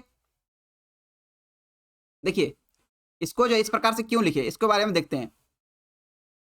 क्योंकि इसको 5283 को लिख सकते हैं 5000 प्लस 200 प्लस कितना 80 और प्लस कितना 3, इसको इस प्रकार से लिखते हैं। तो इसी को यदि हम इस प्रकार से लिखना चाहें तो 5000 गुना 200 प्लस 8 गुना 10 प्लस 3 गुना 1 भी इसे कह सकते हैं। तो यहाँ देखिए, तो आपको जो है हर एक संख्या का यदि स्थान का मान बोल दे, हर एक संख्या का आपको स्थान का मान बोल दे, तो यहाँ देखिए 3 का वैल्यू कितना था, यहाँ पे 3 का वैल्यू 3 ही है, मतलब 3 गुना 1 है। और 8 का वैल्यू पूछे तो 8 जो है दहाई अंक पे है, 8 कहाँ है, दहाई अंक पे, तो 8 गुना 10 कितना आ गया, 8 का वैल्यू कितना आ गया, 80 आ गया। उसी प्रकार 2 के बारे में पूछ दे तो दो जो है कहाँ पे, सैकड़ा के स्थान पे, तो 2 गुना कितना आ जाएगा, 2 गुना 100 कितना आ गया, 200 आ गया। और यहाँ पे 5 है तो 5 का स्थानीय वैल्यू कितना आ जाएगा, तो 5 गुना 1000 कितना आ जाएगा, यहाँ पे 5000 आ जाएंगे टोटल। ये आप लोग बचपन में भी पढ़ चुके होंगे। चलिए तो यहाँ पे देखिए इसको जब तोड़े तो यहाँ पे दो, आपको जो यहाँ पे पूछा गया था 5283 में 2 का स्थानीय मान, तो आपको देखिए 2 का स्थानीय मान कितना है, तो देखिए 2 यहाँ पे है, 2 कहाँ है, सैकड़ा के स्थान पे है। तो देखिए 2 गुना कितने हो जाएंगे, 2 गुना 100 हो जाएंगे, क्योंकि इसके बाद कितने 2 लेटर हैं, 8 और 3 है।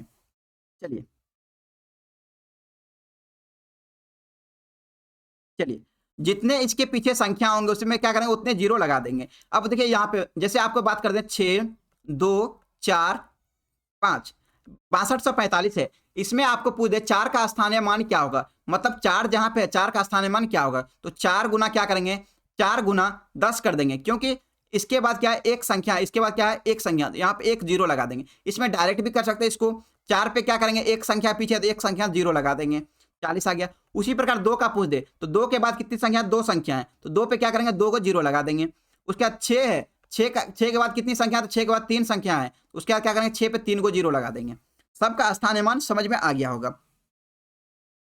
चलिए अब बात करते हैं किसी संख्या में किसी अंक का वास्तविक मान होता है उसे क्या कहते हैं, जातीय मान, मतलब उसे अंकित मान। यहाँ देखिए इसे क्या कहते हैं, अंकित मान। आप लोग अंकित मान के बारे में पढ़े होंगे, अंकित मान किसे कहते हैं आप लोग पढ़े होंगे। तो अंकित मान देखिए किसे कहते हैं, जो दिया हुआ रहे। तो स्थानीय मान तो निकाल लिए कि इस प्रकार से स्थानीय मान होता है, लेकिन अंकित मान वही होता है, जैसे देखिए 2 का अंकित मान वही, मतलब जो 2 लिखा हुआ है वही इसका अंकित वैल्यू होता है। यहाँ पे 4 लिखा हुआ है, यही इसका क्या होगा, अंकित वैल्यू कितना आ जाएगा, 4 आ जाएगा। 5 लिखा हुआ है तो 5 का अंकित वैल्यू क्या आ जाएगा, 5 ही आ जाएगा।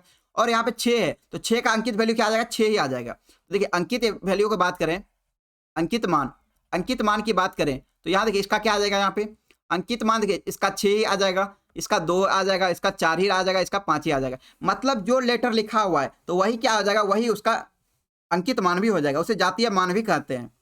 तो यहाँ देखिए 5 2 8 3, तो इसमें 2 का जातीय मान पूछा था, तो जातीय मान जो अंकित है उसी का मान पूछा था, 2 का अंकित मान क्या होगा, 2 ही हो जाएगा, मतलब सेम ही होता है।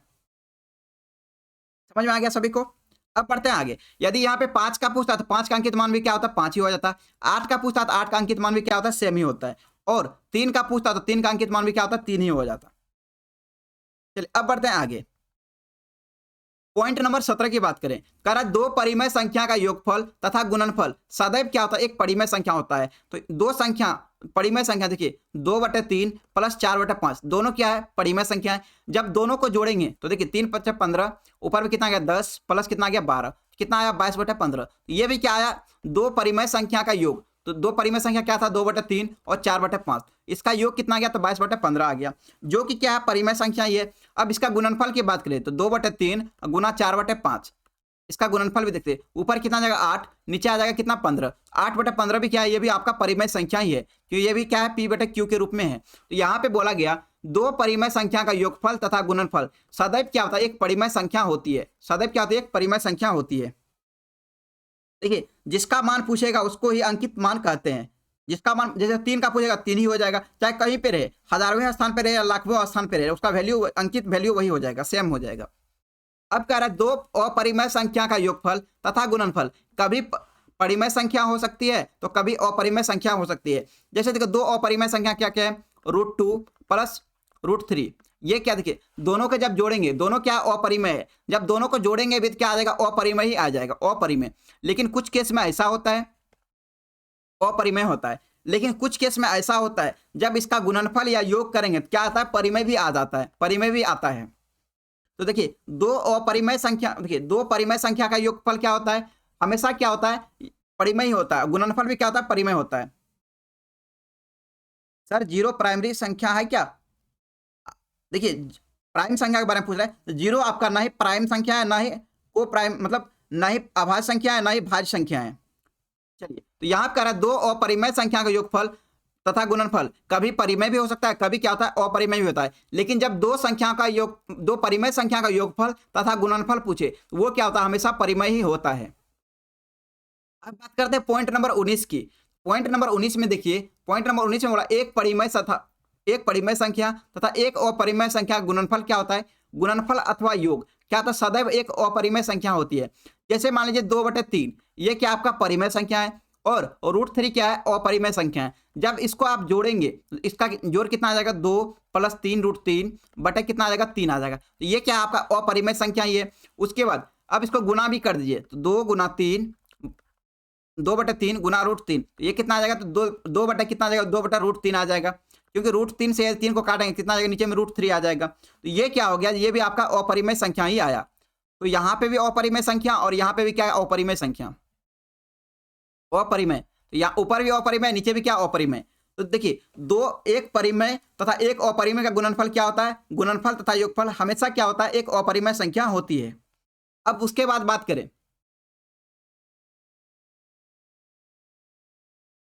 देखिए ये पॉइंट यहाँ पे डिफॉल्ट में लिख दिया गया, इसको देख लेते 20वां पॉइंट क्या है। देखिए यहाँ पे, देखिए यहाँ पे एक वर्ड छूट गया था, इसीलिए इसको यहाँ पे लिखा गया। तो पाई क्या होता है, पाई एक अपरिमेय संख्या होता है। पाई क्या होता है, एक अपरिमेय संख्या होता है। पाई आपको बताएगा पाई क्या होता है, एक अपरिमेय संख्या होता है। अब बात करते हैं आगे, पाई क्या होता है, एक अपरिमेय संख्या होती है। अब बात करते हैं 21 नंबर का पॉइंट। 21 नंबर का पॉइंट में कह रहा है 2 परिमेय संख्या तथा 2 अपरिमेय संख्याओं के बीच का अनंत परिमेय, अनंत परिमेय और अनंत अपरिमेय संख्या होती है। जैसे देखिए यहाँ पे बोला गया √2, जैसे दो अपरिमेय संख्या क्या हो गया, दो √2 और दो √3, मतलब √2 और √3, इसके बीच में क्या होगा, इसके बीच में लाखों या अनंत जो है, इसके बीच में बहुत सारे, मतलब बहुत सारे क्या हो सकता है, बहुत सारे परिमेय अपरिमेय संख्या हो सकती है। उसी प्रकार दो परिमेय संख्या के बीच, तो जैसे मान लीजिए दो परिमेय संख्या क्या क्या हो गए, 2/3 और 4/5, इसके बीच में अनंत परिमेय संख्या हो सकती है, अनंत परिमेय संख्या हो सकती है और अनंत अपरिमेय संख्या भी हो सकती है। उसके बाद देखिए 21 नंबर समझ लिया। अब चलते हैं 22 नंबर पे। अब चलते हैं 22 नंबर पे। तो कह रहा है कि परिमेय संख्या का दशमलव निरूपण तथा या तो सीमित होता है या क्या था, असीमित होता है। तो परिमेय संख्या देखिए, परिमेय संख्या क्या, जैसे मान लीजिए 2/5, तो इसका देखिए, इसका जो आप वैल्यू निकालेंगे, इसका वैल्यू क्या निकल जाएगा, 0.4 निकल जाएगा।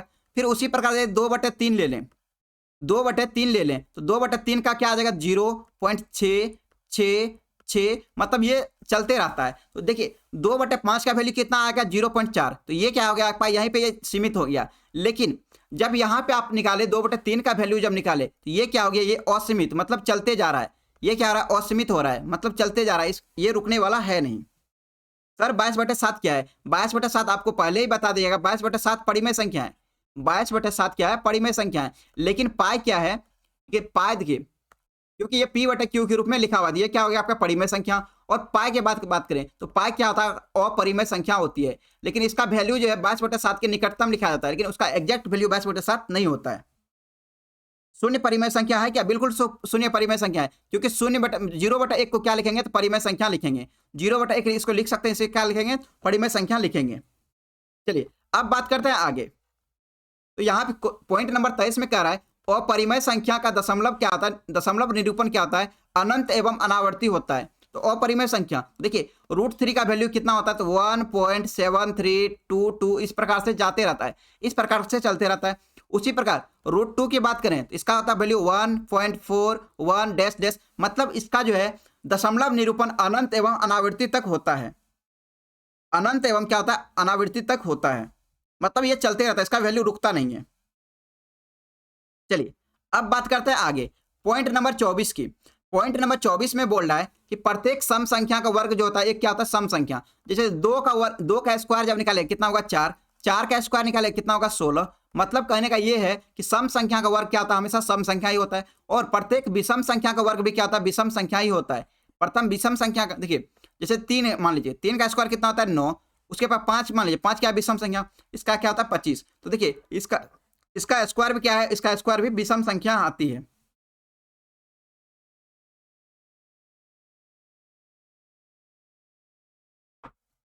चलिए अब बात करते हैं दशमलव संबंधी बिंदु के बारे में बात करें। दशमलव संबंधी बिंदु आपको यहाँ पे बताया गया 3/4 का वैल्यू देखिए कितना आता है, 0.75। ये क्या हो गया, सीमित हो गया, मतलब सीमित तक ही रह गया। लेकिन 11/3 का जब वैल्यू निकालेंगे कितना आएगा, 3.666, मतलब इस तरह से जो है असीमित तक चलते रहेगा, असीमित तक चलते रहेगा। इसके बारे में हम लोग अभी ऊपर में देख चुके हैं। चलिए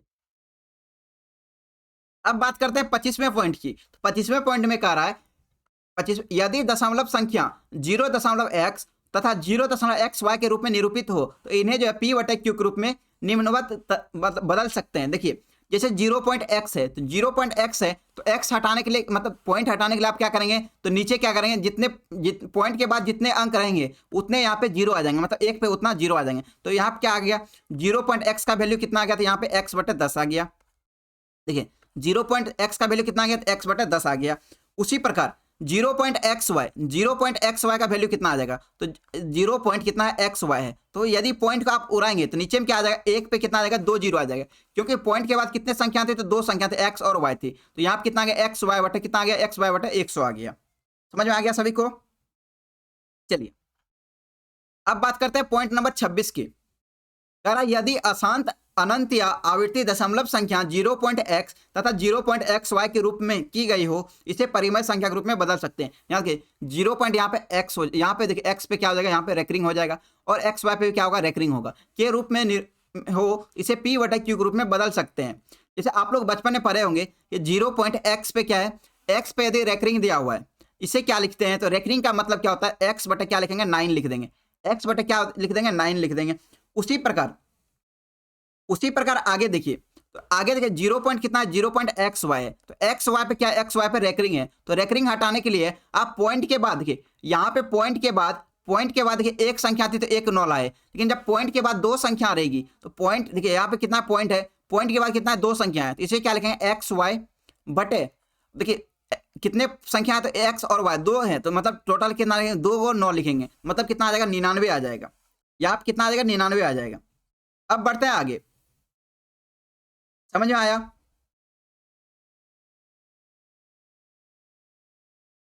इतने अच्छे से समझाया जा रहा है आपको,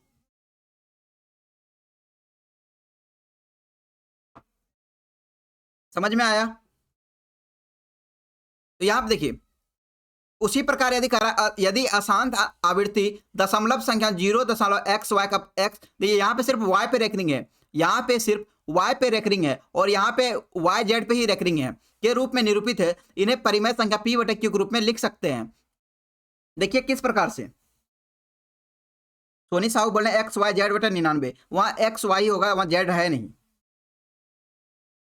जी। पॉइंट के बाद जितने हैं तो उसमें क्या करेंगे, जितने संख्या उसमें एक माइनस कर देंगे। जैसे देखिए आप डायरेक्ट याद रखेंगे पॉइंट के बाद जितने संख्या उसमें उतना 9 होगा, ठीक है। अब देखिए यदि अशांत आवृत्ति जो है दशमलव है 0.xy, तो यहाँ पे सिर्फ y पे रेकरिंग है और यहाँ पे 0.xyz, तो yz पे रेकरिंग है, तो इन्हें p बटे q के रूप में लिख सकते हैं, मतलब परिमेय संख्या के रूप में लिख सकते हैं। यहाँ देखिए यहाँ कितना है 0.xy, 0 कितना है xy, फिर क्या है रेकरिंग है, इसको लिखेंगे आप जो संख्या आपको दी हुई है, जो आपको संख्या दी हुई है सिर्फ एक पे रेकरिंग है, तो आप क्या करेंगे ऊपर वाले को मतलब दोनों संख्या को लिख लेंगे, जो भी पॉइंट के बाद दिए हुए तो उसको दोनों को लिख लेंगे xy। उसके बाद जैसे y पे रेकरिंग है तो x पे रेकरिंग नहीं है तो x को आप लिख लेंगे, मतलब जिस पे रेकरिंग नहीं है उसको लिख देंगे। बट देखिए यहाँ पे देखिए दोनों पे जो है, दोनों पे रेकरिंग नहीं है, सिर्फ एक पे रेकरिंग है। चलिए निकिता वर्णवाल जी बिल्कुल थैंक यू। देखिए ये जो है y जो है सिर्फ एक पे रेकरिंग है, तो एक पे रेकरिंग है मतलब कितना आ गया यहाँ पे 9, एक तो 9 आ जाएगा। उसके बाद एक पे क्या रेकरिंग नहीं है, तो यहाँ पे क्या आ जाएगा, एक पे रेकरिंग नहीं है तो यहाँ पे एक 0 आ जाएगा। जिस पे रेकरिंग रहेगा, जितना पे रेकरिंग रहेगा उतना पे 9 आएगा, और जितना पे रेकरिंग नहीं होगा उस पर क्या आएगा 0 आ जाएगा। तो यहाँ पे कितना आ गया 90 आ गया, तो इसको क्या लिख दिया xy माइनस x बटा 90। सेम इसी को देखिए, उसी को यहाँ देखिए दूसरा में देखिए यहाँ पे 0.xy, यहाँ yz पे क्या था, यहाँ पे yz पे रेकरिंग था, इसको क्या लिखेंगे 0.xyz, तो yz पे रेकरिंग है। तो देखिए टोटल क्या लिखेंगे xyz, टोटल कितने 3 है xyz, माइनस क्या कर देंगे, जिस पे रेकरिंग नहीं है उसे क्या कर देंगे माइनस कर देंगे। यहाँ x पे क्या रेकरिंग नहीं है, x पे क्या रेकरिंग नहीं है, तो यहाँ पे क्या आ गया माइनस x आ गया।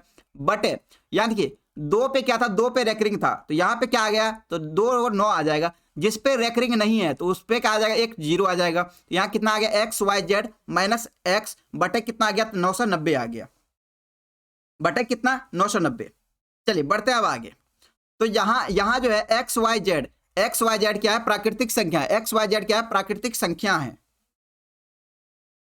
चलिए अब बढ़ते हैं आगे। चलिए इसी में अब हम लोग पढ़ेंगे विभाजकता का नियम।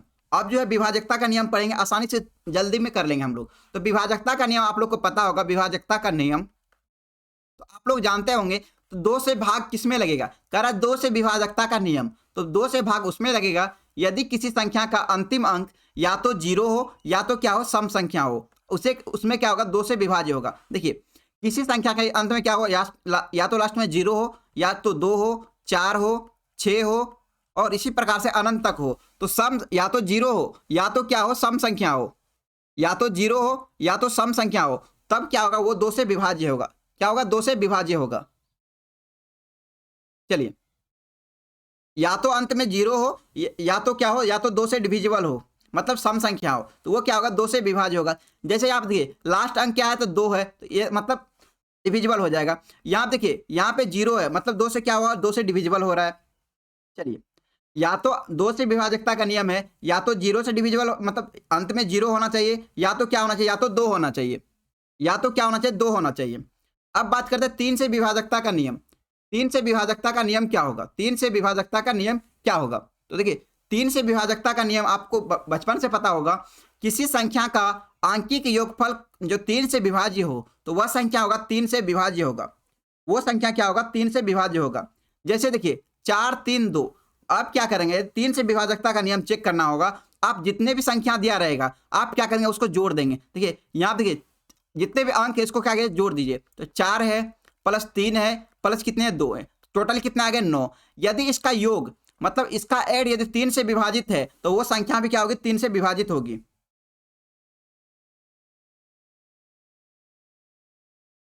चलिए अब बढ़ते हैं आगे। तो देखिए यहाँ पे कह रहा है किसी संख्या का आंकिक योगफल क्या है, 3 से विभाज्य हो तो वह संख्या क्या होगी, 3 से विभाज्य होगी। तो यहाँ देखिए 4 3 2 था तो इसका योगफल कितना हो गया, तो इसका अंक को जोड़े कितना आ गया, 9 आ गया। तो 9 में क्या आ रहा है, 3 से विभाज्य हो रहा है। चलिए तो अतः क्या होगा, 432 भी क्या है, 3 से डिविजिबल है। इसी प्रकार एक और एग्जाम्पल ले लेते हैं, एक और एग्जाम्पल ले लेते हैं। जैसे देखिए 3 3 2 4, यहाँ देखिए 3 2 4 नहीं लेते हैं, नहीं तो सेम ही हो जाएगा। यहाँ देखिए 5 5 2 और 2, ये देखिए 522 है। तो 522 में क्या 3 से डिविजिबल है या नहीं, इसके बारे में कैसे चेक करेंगे। आप क्या कीजिए, सभी को जोड़ दीजिए। तो 5 2 7 7 2 9, मतलब 9 कितना आया, 9 आया। तो 9 में क्या है, 3 से डिविजिबल है। 9 क्या है, 3 से डिविजिबल है। तो उसी प्रकार क्या आएगा, 522 भी क्या आ जाएगा, 522 भी 3 से डिविजिबल आ जाएगा। उसके बाद देखिए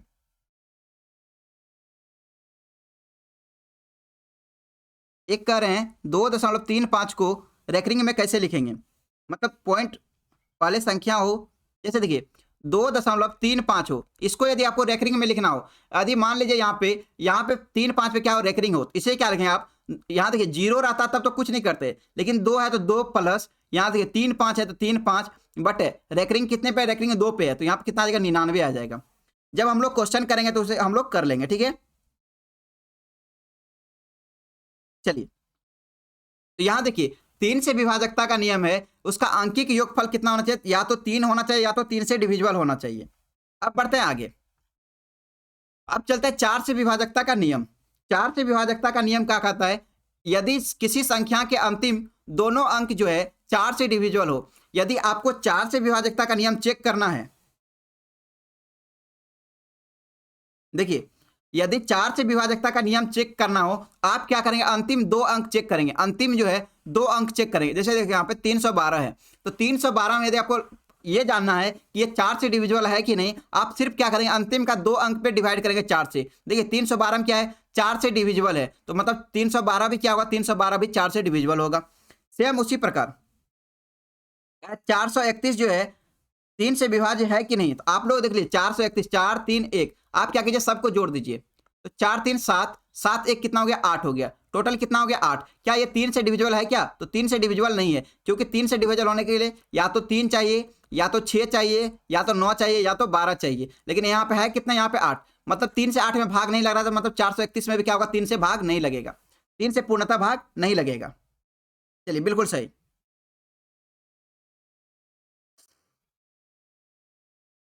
देखिए यहाँ पे कह रहे हैं रेकरिंग क्यों, मतलब 99 क्यों, 99 इसलिए आया क्योंकि यहाँ पे रेकरिंग था, तो दोनों पे रेकरिंग था। आपको बोला गया था जितने पे रेकरिंग होगा उतना पे 9 होगा, देखिए उतना बार 9 होगा, तो यहाँ पे डबल 9 था, डबल पे रेकरिंग था, इसलिए क्या हो गया, डबल पे 9 आ गया। चलिए चलिए यहाँ देखिए 4 से विभाजकता का नियम, यदि किसी संख्या का अंतिम अंक जो है 2 से मतलब 4 से विभाज्य हो और फिर अंत में 2 या 2 से अधिक शून्य हो, तो वह संख्या जो है 4 से विभाज्य होगी। जैसे यहाँ पे 2 4 था, आपको सिर्फ लास्ट वाला चेक करना था। 24 क्या है, 4 से डिविजिबल है, अतः यह संख्या भी क्या है, 4 से डिविजिबल है। और यदि किसी संख्या के अंत में डबल जीरो भी हो, यहाँ पे बोला 2 या 2 से अधिक शून्य हो, तो भी क्या होता है, 4 से डिविजिबल होता है। जैसे मान लीजिए यहाँ पे 200 दिया हुआ है, यहाँ पे 2 जीरो दिया हुआ है, यहाँ पे 1000 दिया हुआ है, मतलब 3 जीरो दिया हुआ है, ये सभी क्या है, 4 से डिविजिबल है। ये क्या है, 4 से मतलब 2 या 2 से अधिक जीरो होगा तो क्या होगा, यहाँ पे 4 से डिविजिबल होगा। चलिए अब बढ़ते हैं 5 से विभाजकता का नियम। 5 से विभाजकता का नियम क्या होना चाहिए, या तो अंतिम अंक 0 होना चाहिए, या तो क्या होना चाहिए, अंतिम अंक 5 होना चाहिए। या तो 0 होना चाहिए अंतिम अंक या तो 0 होना चाहिए या तो 5 होना चाहिए। याद देखिए यहाँ पे 0 है, यहाँ पे कितना है, 5 है। चलिए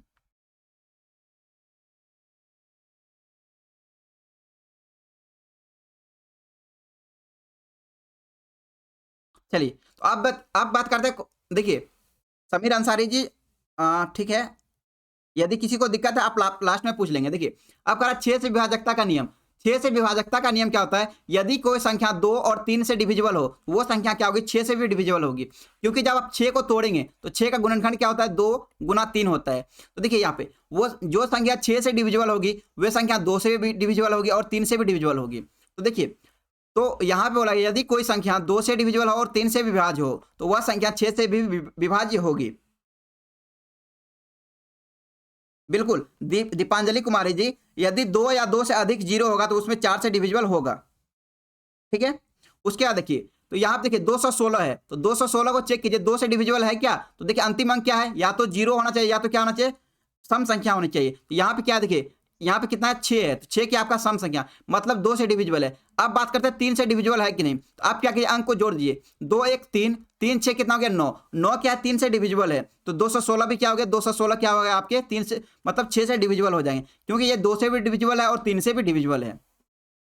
सेम उसी प्रकार देखिए 25,614 में 4 क्या अंतिम अंक है, तो 4 अंक देखिए 6 से डिविजिबल होने के लिए 2 से भी डिविजिबल होना चाहिए और 3 से भी, तो अंतिम अंक कितना है, या तो 0 या तो सम संख्या, तो क्या 2 से डिविजिबल होगा। और 3 से बात करें तो 3 से विभाजकता का नियम चेक करने के लिए आप क्या कीजिए, सबको जोड़ दीजिए, तो 2 + 5 + 6 + 1 + कितना 4, तो 2 5 7 7 6 13 13 1 14 14 4 18, क्या 18 3 से डिविजिबल है क्या, 18 में 3 से भाग लगता है, मतलब टोटल संख्या में क्या होगा, 3 से भाग लगेगा और 2 से भी भाग लग रहा है, मतलब 2 से भाग लग रहा है और 3 से भी भाग लग रहा है, मतलब 6 से भाग लग जाएगा। ठीक है, तो इसी प्रकार का 6 से विभाजकता का नियम होने के लिए जरूरी है कि उस संख्या का अंतिम अंक या क्या हो, सम संख्या हो, या तो क्या हो, या तो जीरो हो, या तो सम संख्या हो, या तो क्या अंतिम अंक जीरो हो, और उस संख्या का आंकिक मान जो है 3 से विभाज्य हो, मतलब उसको जोड़ने पे है 3 से डिविजिबल होना चाहिए।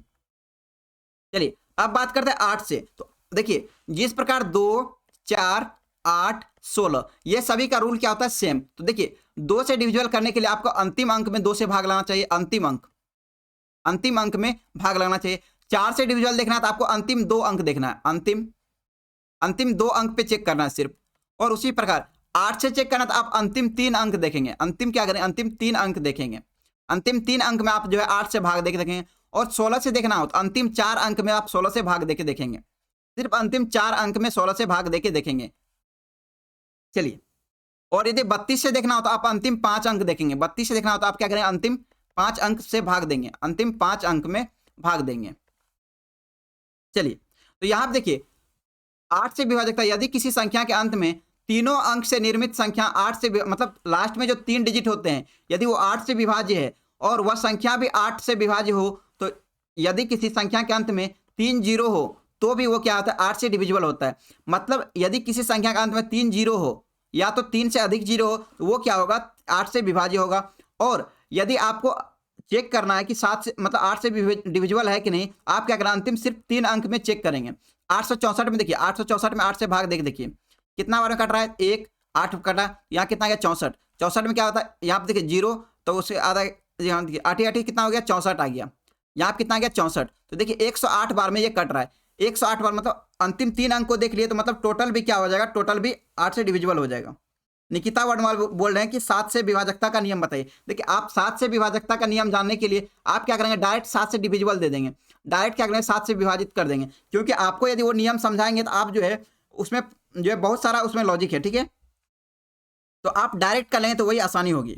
चलिए अब बात करते हैं 9 से विभाजकता का नियम। जिस प्रकार हम लोग 3 का विभाजकता का नियम देखे थे उसी प्रकार 9 का भी विभाजकता का नियम सेम है, दोनों का क्या है, सेम है। तो देखिए 9 से विभाजकता का नियम कह रहा है यदि किसी संख्या का आंकिक योगफल जो है 9 से विभाज्य है तो वो संख्या में क्या होगी, 9 से विभाज्य होगी। जैसे हम लोग 3 के बारे में पढ़े थे, तो 3 में क्या करते सभी का जोड़ देते थे, 3 में क्या करते सभी को जोड़ देते थे, उसी प्रकार इसमें भी जोड़ देंगे, 9 में भी जोड़ देंगे। देखिए 2 4 कितना हो गया 6, 2 4 3 2 4 3 है, तो 2 + 4 कितना हो गया 6, 6 3 9, 9 2 11, 11 4 15, 15 3 18, तो 18 आया। क्या 18 9 से डिविजिबल है क्या, बिल्कुल 18 जो है 9 से डिविजिबल है। उसी प्रकार ये जो संख्या दिया हुआ है ये भी क्या हो जाएगा आपका 9 से डिविजिबल हो जाएगा। चलिए अब बढ़ते हैं आगे। 10 से विभाजकता का नियम, कोई भी संख्या जिसके अंत में या तो जीरो हो, जिसके अंत में जीरो हो वो क्या होगा, 10 से डिविजिबल होगा, क्योंकि जब 1 में 10 से गुना कीजिए कितना आएगा 10 आएगा, मतलब अंत में जीरो आएगा ही। 2 में 10 से गुना कीजिए कितना आएगा 20 आएगा, तो 20 में देखिए अंत में जीरो आएगा ही। उसी प्रकार 50 में 10 से गुना कीजिए कितना आएगा 500 आ जाएगा, तो अंत में जीरो आएगा ही। तो इसका मतलब क्या, जिसके अंत में जीरो हो वो क्या हो जाएगा, तो जीरो से मतलब 10 से डिविजिबल हो जाएगा। जिसका डाटा खत्म हो रहा है कोई बात नहीं, आप जो है बाद में देख लीजिएगा, ठीक है। चलिए अब देखिए 11 से विभाजकता का नियम जानते हैं। 11 से विभाजकता का नियम, यदि किसी संख्या के सम एवं विषम स्थानों पर स्थित अंकों का योग जो है क्रमशः एक दूसरे के बराबर हो, फिर उनका अंतर अंतर जो है यदि 11 से विभाज्य तो वो संख्या क्या होगी, 11 से विभाज्य होगी। जैसे हम देखिए यहाँ पे यदि आपको संख्या दे दिया जाए 121 तो यहाँ पे देखिए आपको क्या करना है, देखिए 11 का समझने के लिए बस अब 5 से 10 मिनट की क्लास होगी। आपको मैंने पहले ही बोल दिया आपकी क्लास जो 1 बजे तक ही चलेगी, 1 बजे तक ही चलेगी। आपकी क्लास लगभग 10 मिनट ही अब चलेगी, ठीक है। आप लोग घबराए नहीं, आप लोग क्लास करें। चलिए तो यहाँ पे देखिए, यहाँ पे क्या बोला गया, 11 से विभाजकता का नियम में यदि किसी संख्या के सम एवं विषम स्थानों का मतलब एकांतर का, देखिए मतलब एक ले लीजिए यहाँ पे और उसके बाद कितना एक है, बीच वाले को छोड़ दीजिए, बीच वाले क्या करना है, छोड़ देना है आपको। तो यहाँ पे देखिए आप 1 + 1 कितना हो रहा है, 1 + 1 2 हो रहा है, 1 + 1 कितना हो रहा है, तो 2 हो रहा है। और उसी प्रकार यहाँ पे कितना है 2, इसका कोई जोड़ीदार नहीं था, यहाँ पे कितना आ गया 2। अब दोनों का आपको अंतर निकालना है, तो 2 - 2 करेंगे कितना आ जाएगा, 2 - 2 तो 0 आ जाएगा।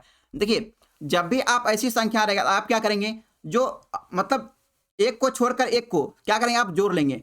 उसी प्रकार जैसे देखिए यहाँ पे 12,321 लेते हैं, 12,321 तो इसमें देखिए आप क्या करेंगे, एकांतर को छोड़कर एक लेंगे, 1 + 3 + 1 कितना हो गया, 1 + 3 कितना, 1 + 3 प्लस कितना हो गया 1, तो कितना आ गया 1 3 कितना आ गया 4, 4 1 कितना आ गया 5, तो ये क्या आ गया 5 आ गया। लेकिन यहाँ देखिए इसके अंतर में देखिए 2 2 4, 2 2 कितना हो गया 4 हो गए, 2 + 2 कितना आ गया 4, तो इसका अंतर जो 1 से डिविजिबल, इसका अंतर कितना हो गया, तो इसका अंतर हो गया 1, इसका अंतर कितना हो गया 1।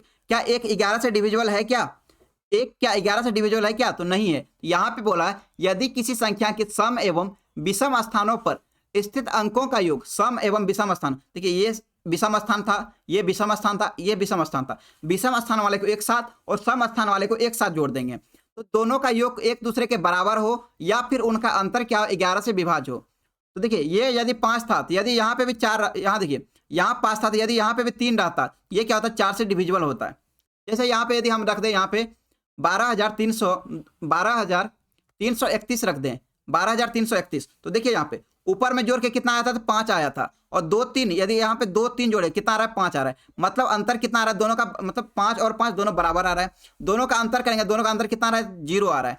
तो कह रहा है दोनों का योग जो था एक दूसरे के या तो बराबर होने चाहिए या फिर उनका अंतर 11 से विभाज्य हो। उसका अंतर देखिए, उसका अंतर कितना है 0, 0 क्या 11 से डिविजिबल है, तो यहाँ पे दोनों क्या अंतर दोनों का बराबर है, दोनों का अंतर क्या है बराबर है, तो यहाँ पे कह रहा है वह संख्या 11 से क्या होगी विभाज्य होगी। उसी प्रकार एक और संख्या देखिए यहाँ पे दिया हुआ है 9174, 9174 दिया हुआ है, इसको चेक करते हैं। 9174 को यदि चेक करें तो देखिए, तो यहाँ पे देखिए आप क्या करेंगे, जो विषम स्थान पे है उसको एक साथ जोड़ देंगे, जो सम स्थान पे है उसको एक साथ जोड़ देंगे, मतलब एकांतर को छोड़ के, तो 9 7 कितना हो गया, 9 7 को जोड़ेंगे कितना आ गया 16 आ गया, 1 4 को जोड़ेंगे कितना आ गया 5 आ गया, तो ऊपर में जोड़ने पे कितना आया 16 और इसको जोड़ने में आ गया 5। अब दोनों को क्या कीजिए, दोनों को घटा दीजिए, जब 16 में 5 घटाएंगे कितना आ जाएगा, तो 11 आ जाएगा, 16 में 5 घटाएंगे कितना आ गया 11। तो आपको बोला गया या तो दोनों का जोड़ने पे सेम आना चाहिए या तो उसका अंतर 11 से डिविजिबल होना चाहिए। यदि उसका अंतर 11 से डिविजिबल हो जाता है तो वो संख्या भी क्या होगी 11 से डिविजिबल होगी, वो संख्या भी क्या होगी 11 से डिविजिबल होगी। चलिए तो यहाँ पे क्या आ जाएगा 11 से 9174 भी क्या है 11 से डिविजिबल है। तो चलिए अब बढ़ते हैं आगे,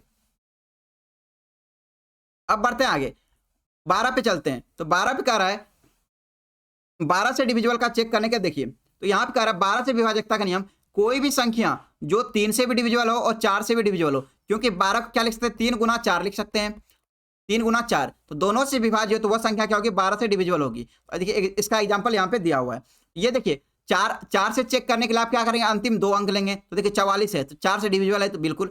अब क्या करेंगे 3 से चेक करेंगे तो 1 + 9 + 0 + 4 प्लस कितना 4, तो 9 1 10, 10 4 14, 4 18, 18 क्या 3 से डिविजिबल है, 18 क्या 3 से डिविजिबल है। चलिए उसी प्रकार 14 का चेक करना होगा, जो संख्या में 2 से भाग लगे और 7 से भाग लगे वो संख्या में क्या होगी 14 से भाग लगेंगे उसमें, तो 14 क्या लिखते हैं 2 × 7, 2 से भी भाग लगना चाहिए और 7 से भी भाग लगना, जब 2 और 7 से भाग लग जाएंगे तो वो क्या होगी संख्या 14 से भी डिविजिबल होंगे।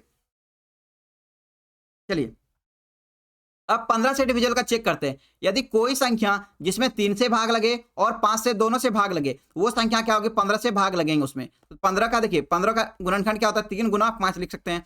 जो संख्या में 3 से भाग लगेंगे और 5 से भाग लगेंगे, वो संख्या क्या होगी? 15 से भी डिविजिबल होंगे। चलिए अब बढ़ते हैं आगे। अब चलते हैं 16 पे। कह रहा है 16 से विभाजकता का नियम, कोई भी संख्या जिसका अंतिम चारों अंक क्या हो? चारों अंक 16 से विभाज्य हो, वह संख्या क्या होगी? 16 से विभाज्य होगी। जैसे देखिए 34, यहाँ देखिए 34, 19, 20 है। आपको क्या करना है? सिर्फ 4 अंक चेक करना है। अंतिम के 4 अंक आपको चेक करना है। देखिए 1920 क्या होता है? 16 से डिविजिबल है। तो 16 से यदि डिविजिबल है तो ये भी संख्या क्या हो जाएगी? ये भी संख्या 16 से डिविजिबल हो जाएगी। चलिए चलिए अब बढ़ते हैं आगे।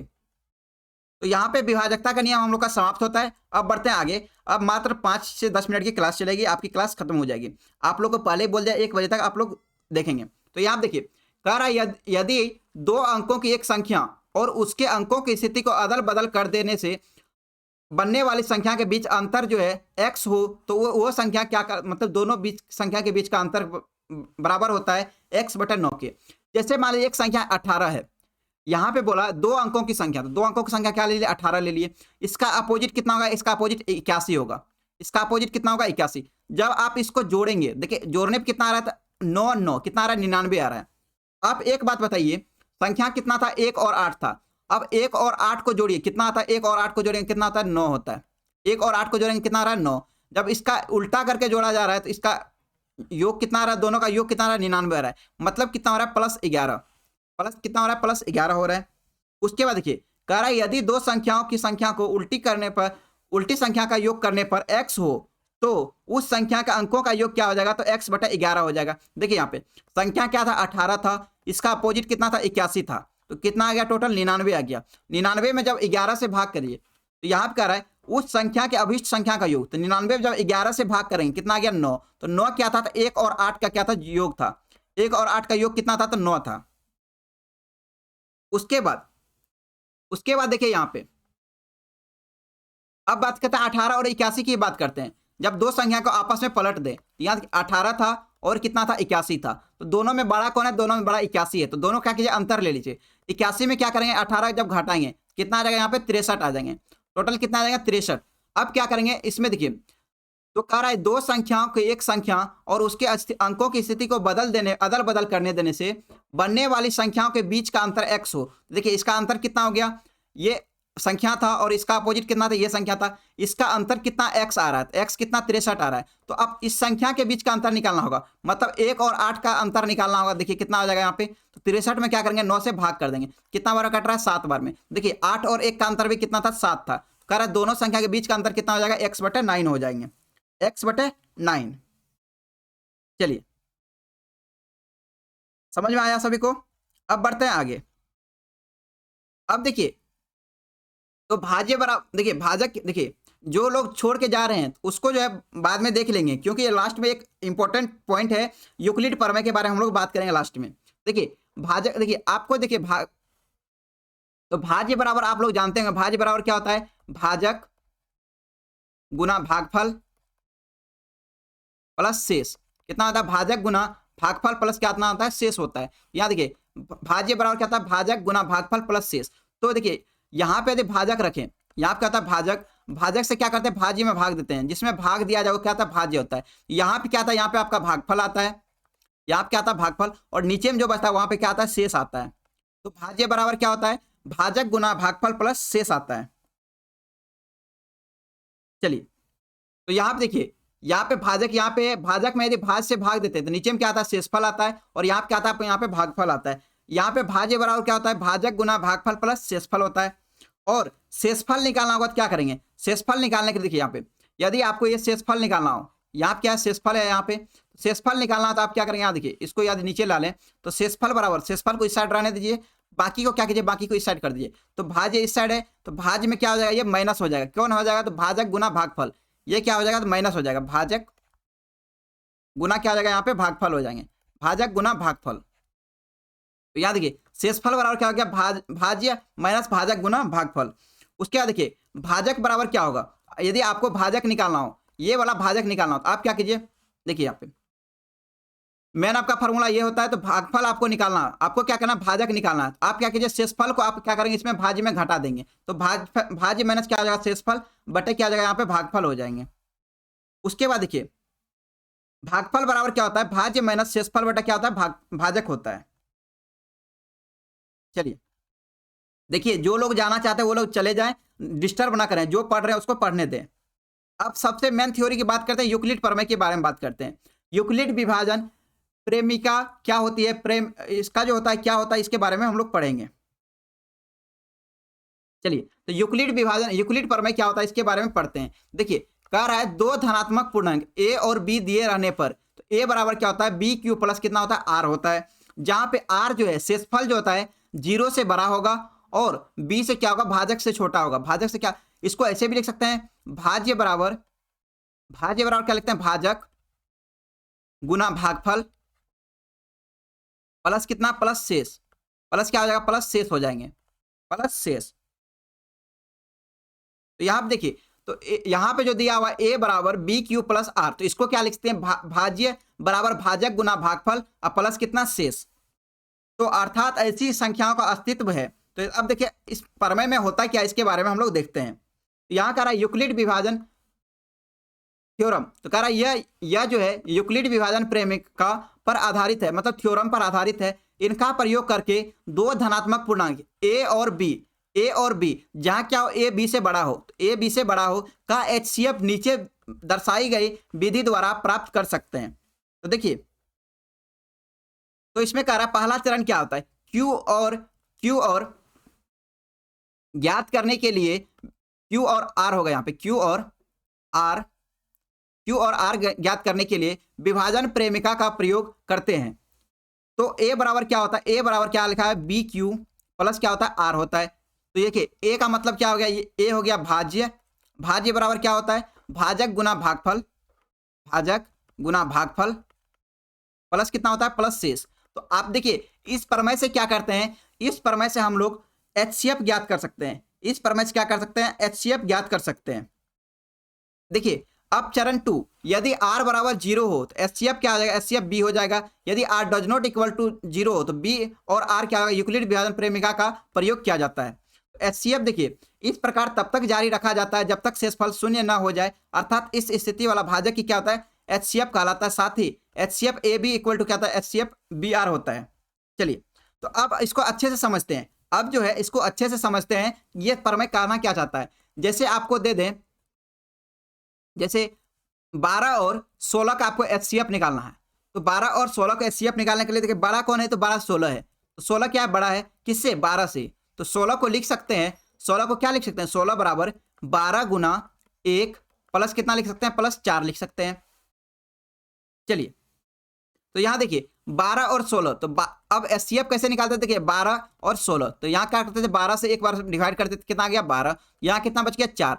4 से क्या करते थे, 4 से अब इस 12 में भाग देते थे, 4 से क्या करते, 12 में भाग देते, 4 तिया कितना हो गया, 4 तिया 12, तो यहाँ कितना, यहाँ तो कट गया। अब यहाँ पे जो रहता था वही क्या हो जाता था, यही आपका क्या हो जाता था, एचसीएफ हो जाता था, एचसीएफ हो जाता था।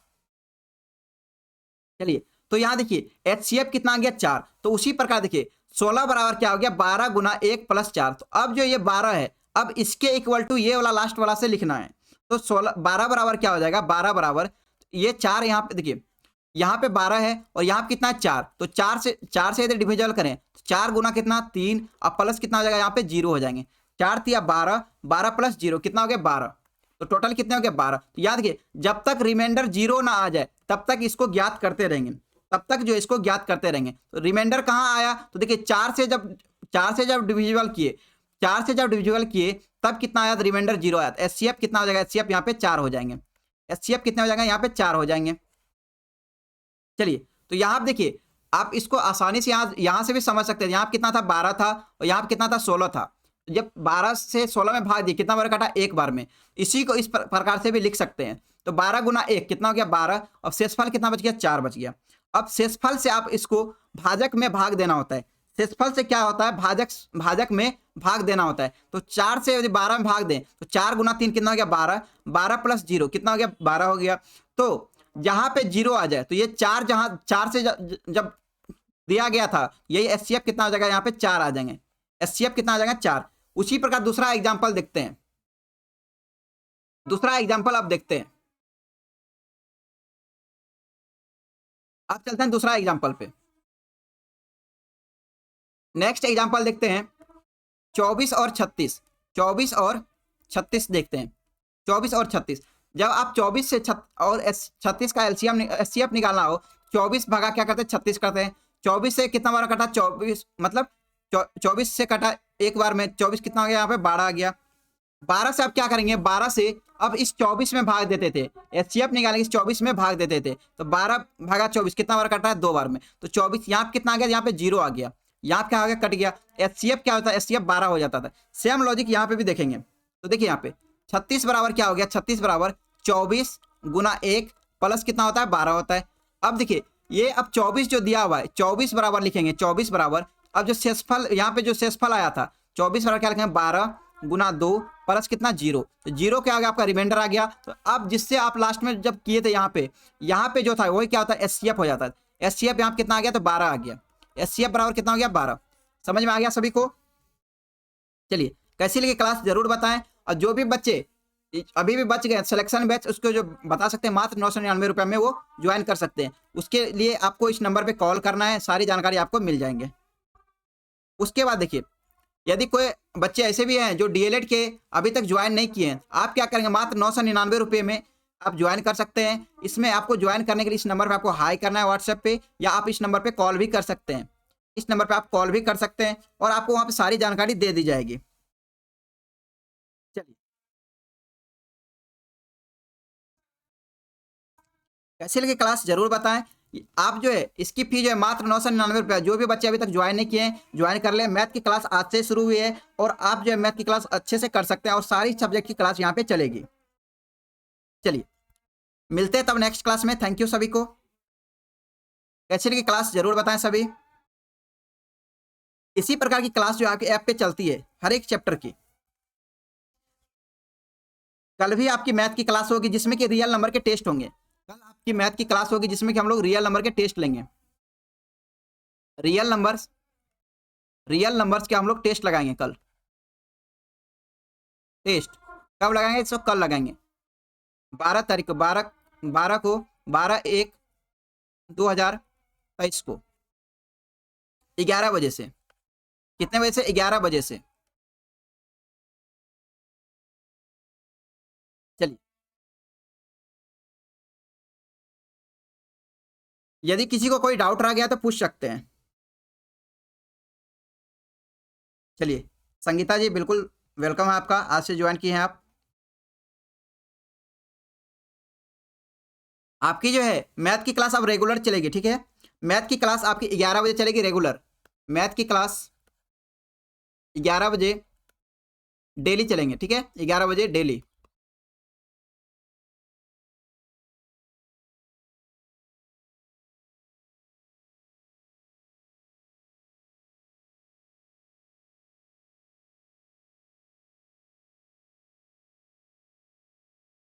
मैथ की क्लास जो है डेली आपके 11 बजे चलेंगे। आप लोग सभी आएंगे उसमें और सभी जो है लाइव क्लास में आप लोग मैथ के बारे में जानकारी लेंगे।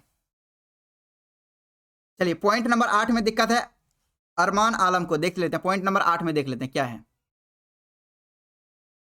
चलिए पॉइंट नंबर 8 में बोला गया है आभाज्य संख्या या तो सम होती है या तो विषम होती है। आभाज्य संख्या और यौगिक संख्या, तो यौगिक संख्या के बारे में पढ़ चुके थे, जिसका कि एक और स्वयं के अलावा और भी गुणनखंड उसे क्या कहते हैं, यौगिक संख्या कहते हैं। आभाज्य संख्या होती है जिसमें एक और स्वयं से भाग गए, 2, 3, 5, 7, 11, 13, ये क्या आपके आभाज्य संख्या। यौगिक संख्या क्या होती है, 4 होती है, 6 होती है, उसके बाद 8 होती है, 12 होती है। इस प्रकार से यौगिक संख्या आपके होते हैं। तो यहाँ पे देखिए ये सभी क्या थे, ये सभी आभाज्य संख्या थे। तो आभाज्य संख्या क्या होती है, या तो सम भी हो सकते हैं या तो विषम भी हो सकते हैं। यौगिक संख्या पढ़े थे 9 और 15 भी क्या होता है, यौगिक संख्या होता है। तो देखिए यहाँ पे देखें सम संख्या क्या है, यहाँ पे 2 जो है आपका क्या है, सम संख्या है। और यहाँ पे देखिए 4, 6, 8 क्या है, सम संख्या है। और 12, 9, 15 ये क्या है आपका विषम संख्या है। यहाँ देखिए 3, 5, 7, 11, 13 ये क्या है, विषम संख्या। मतलब आभाज्य संख्या और यौगिक संख्या सम संख्या भी हो सकती है और विषम संख्या भी होती है। चलिए अब डाउट नहीं रहा होगा किसी को। चलिए मिलते हैं तब नेक्स्ट क्लास में। थैंक यू सभी को।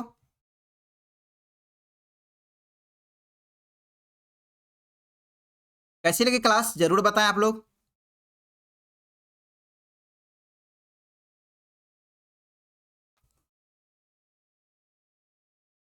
आठ का विभाजन का नियम होता है जिसका अंतिम तीन अंक या तो 3 को 0 हो या तो अंतिम 3 अंक जिसका डिविजुअल हो। जैसे मान लीजिए 12,564। याद देखिए 12,864 ले लें, 12,864 ले लें, 12,864। तो आपको देखना है अंतिम 3 अंक क्या होना चाहिए, 8 से डिविजुअल होना चाहिए। यदि अंतिम 3 अंक 8 से डिविजुअल है तो पूरी संख्या क्या होगी, 8 से डिविजुअल होगी।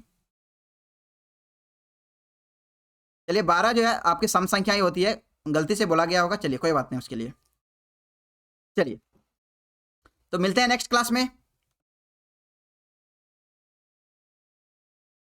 यहाँ पे अंतिम 3 अंक यदि 8 से डिविजुअल है, 864 क्या 8 से डिविजुअल है, तो पूरी संख्या क्या होगी, 8 से डिविजुअल हो जाएंगे।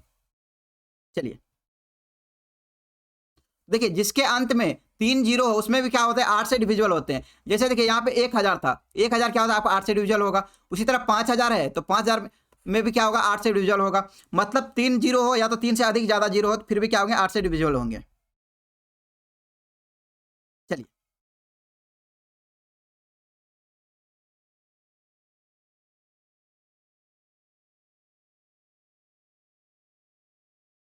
चलिए मिलते हैं तब नेक्स्ट क्लास में कल 11 बजे। आज रीजनिंग की क्लास नहीं होगी आपकी।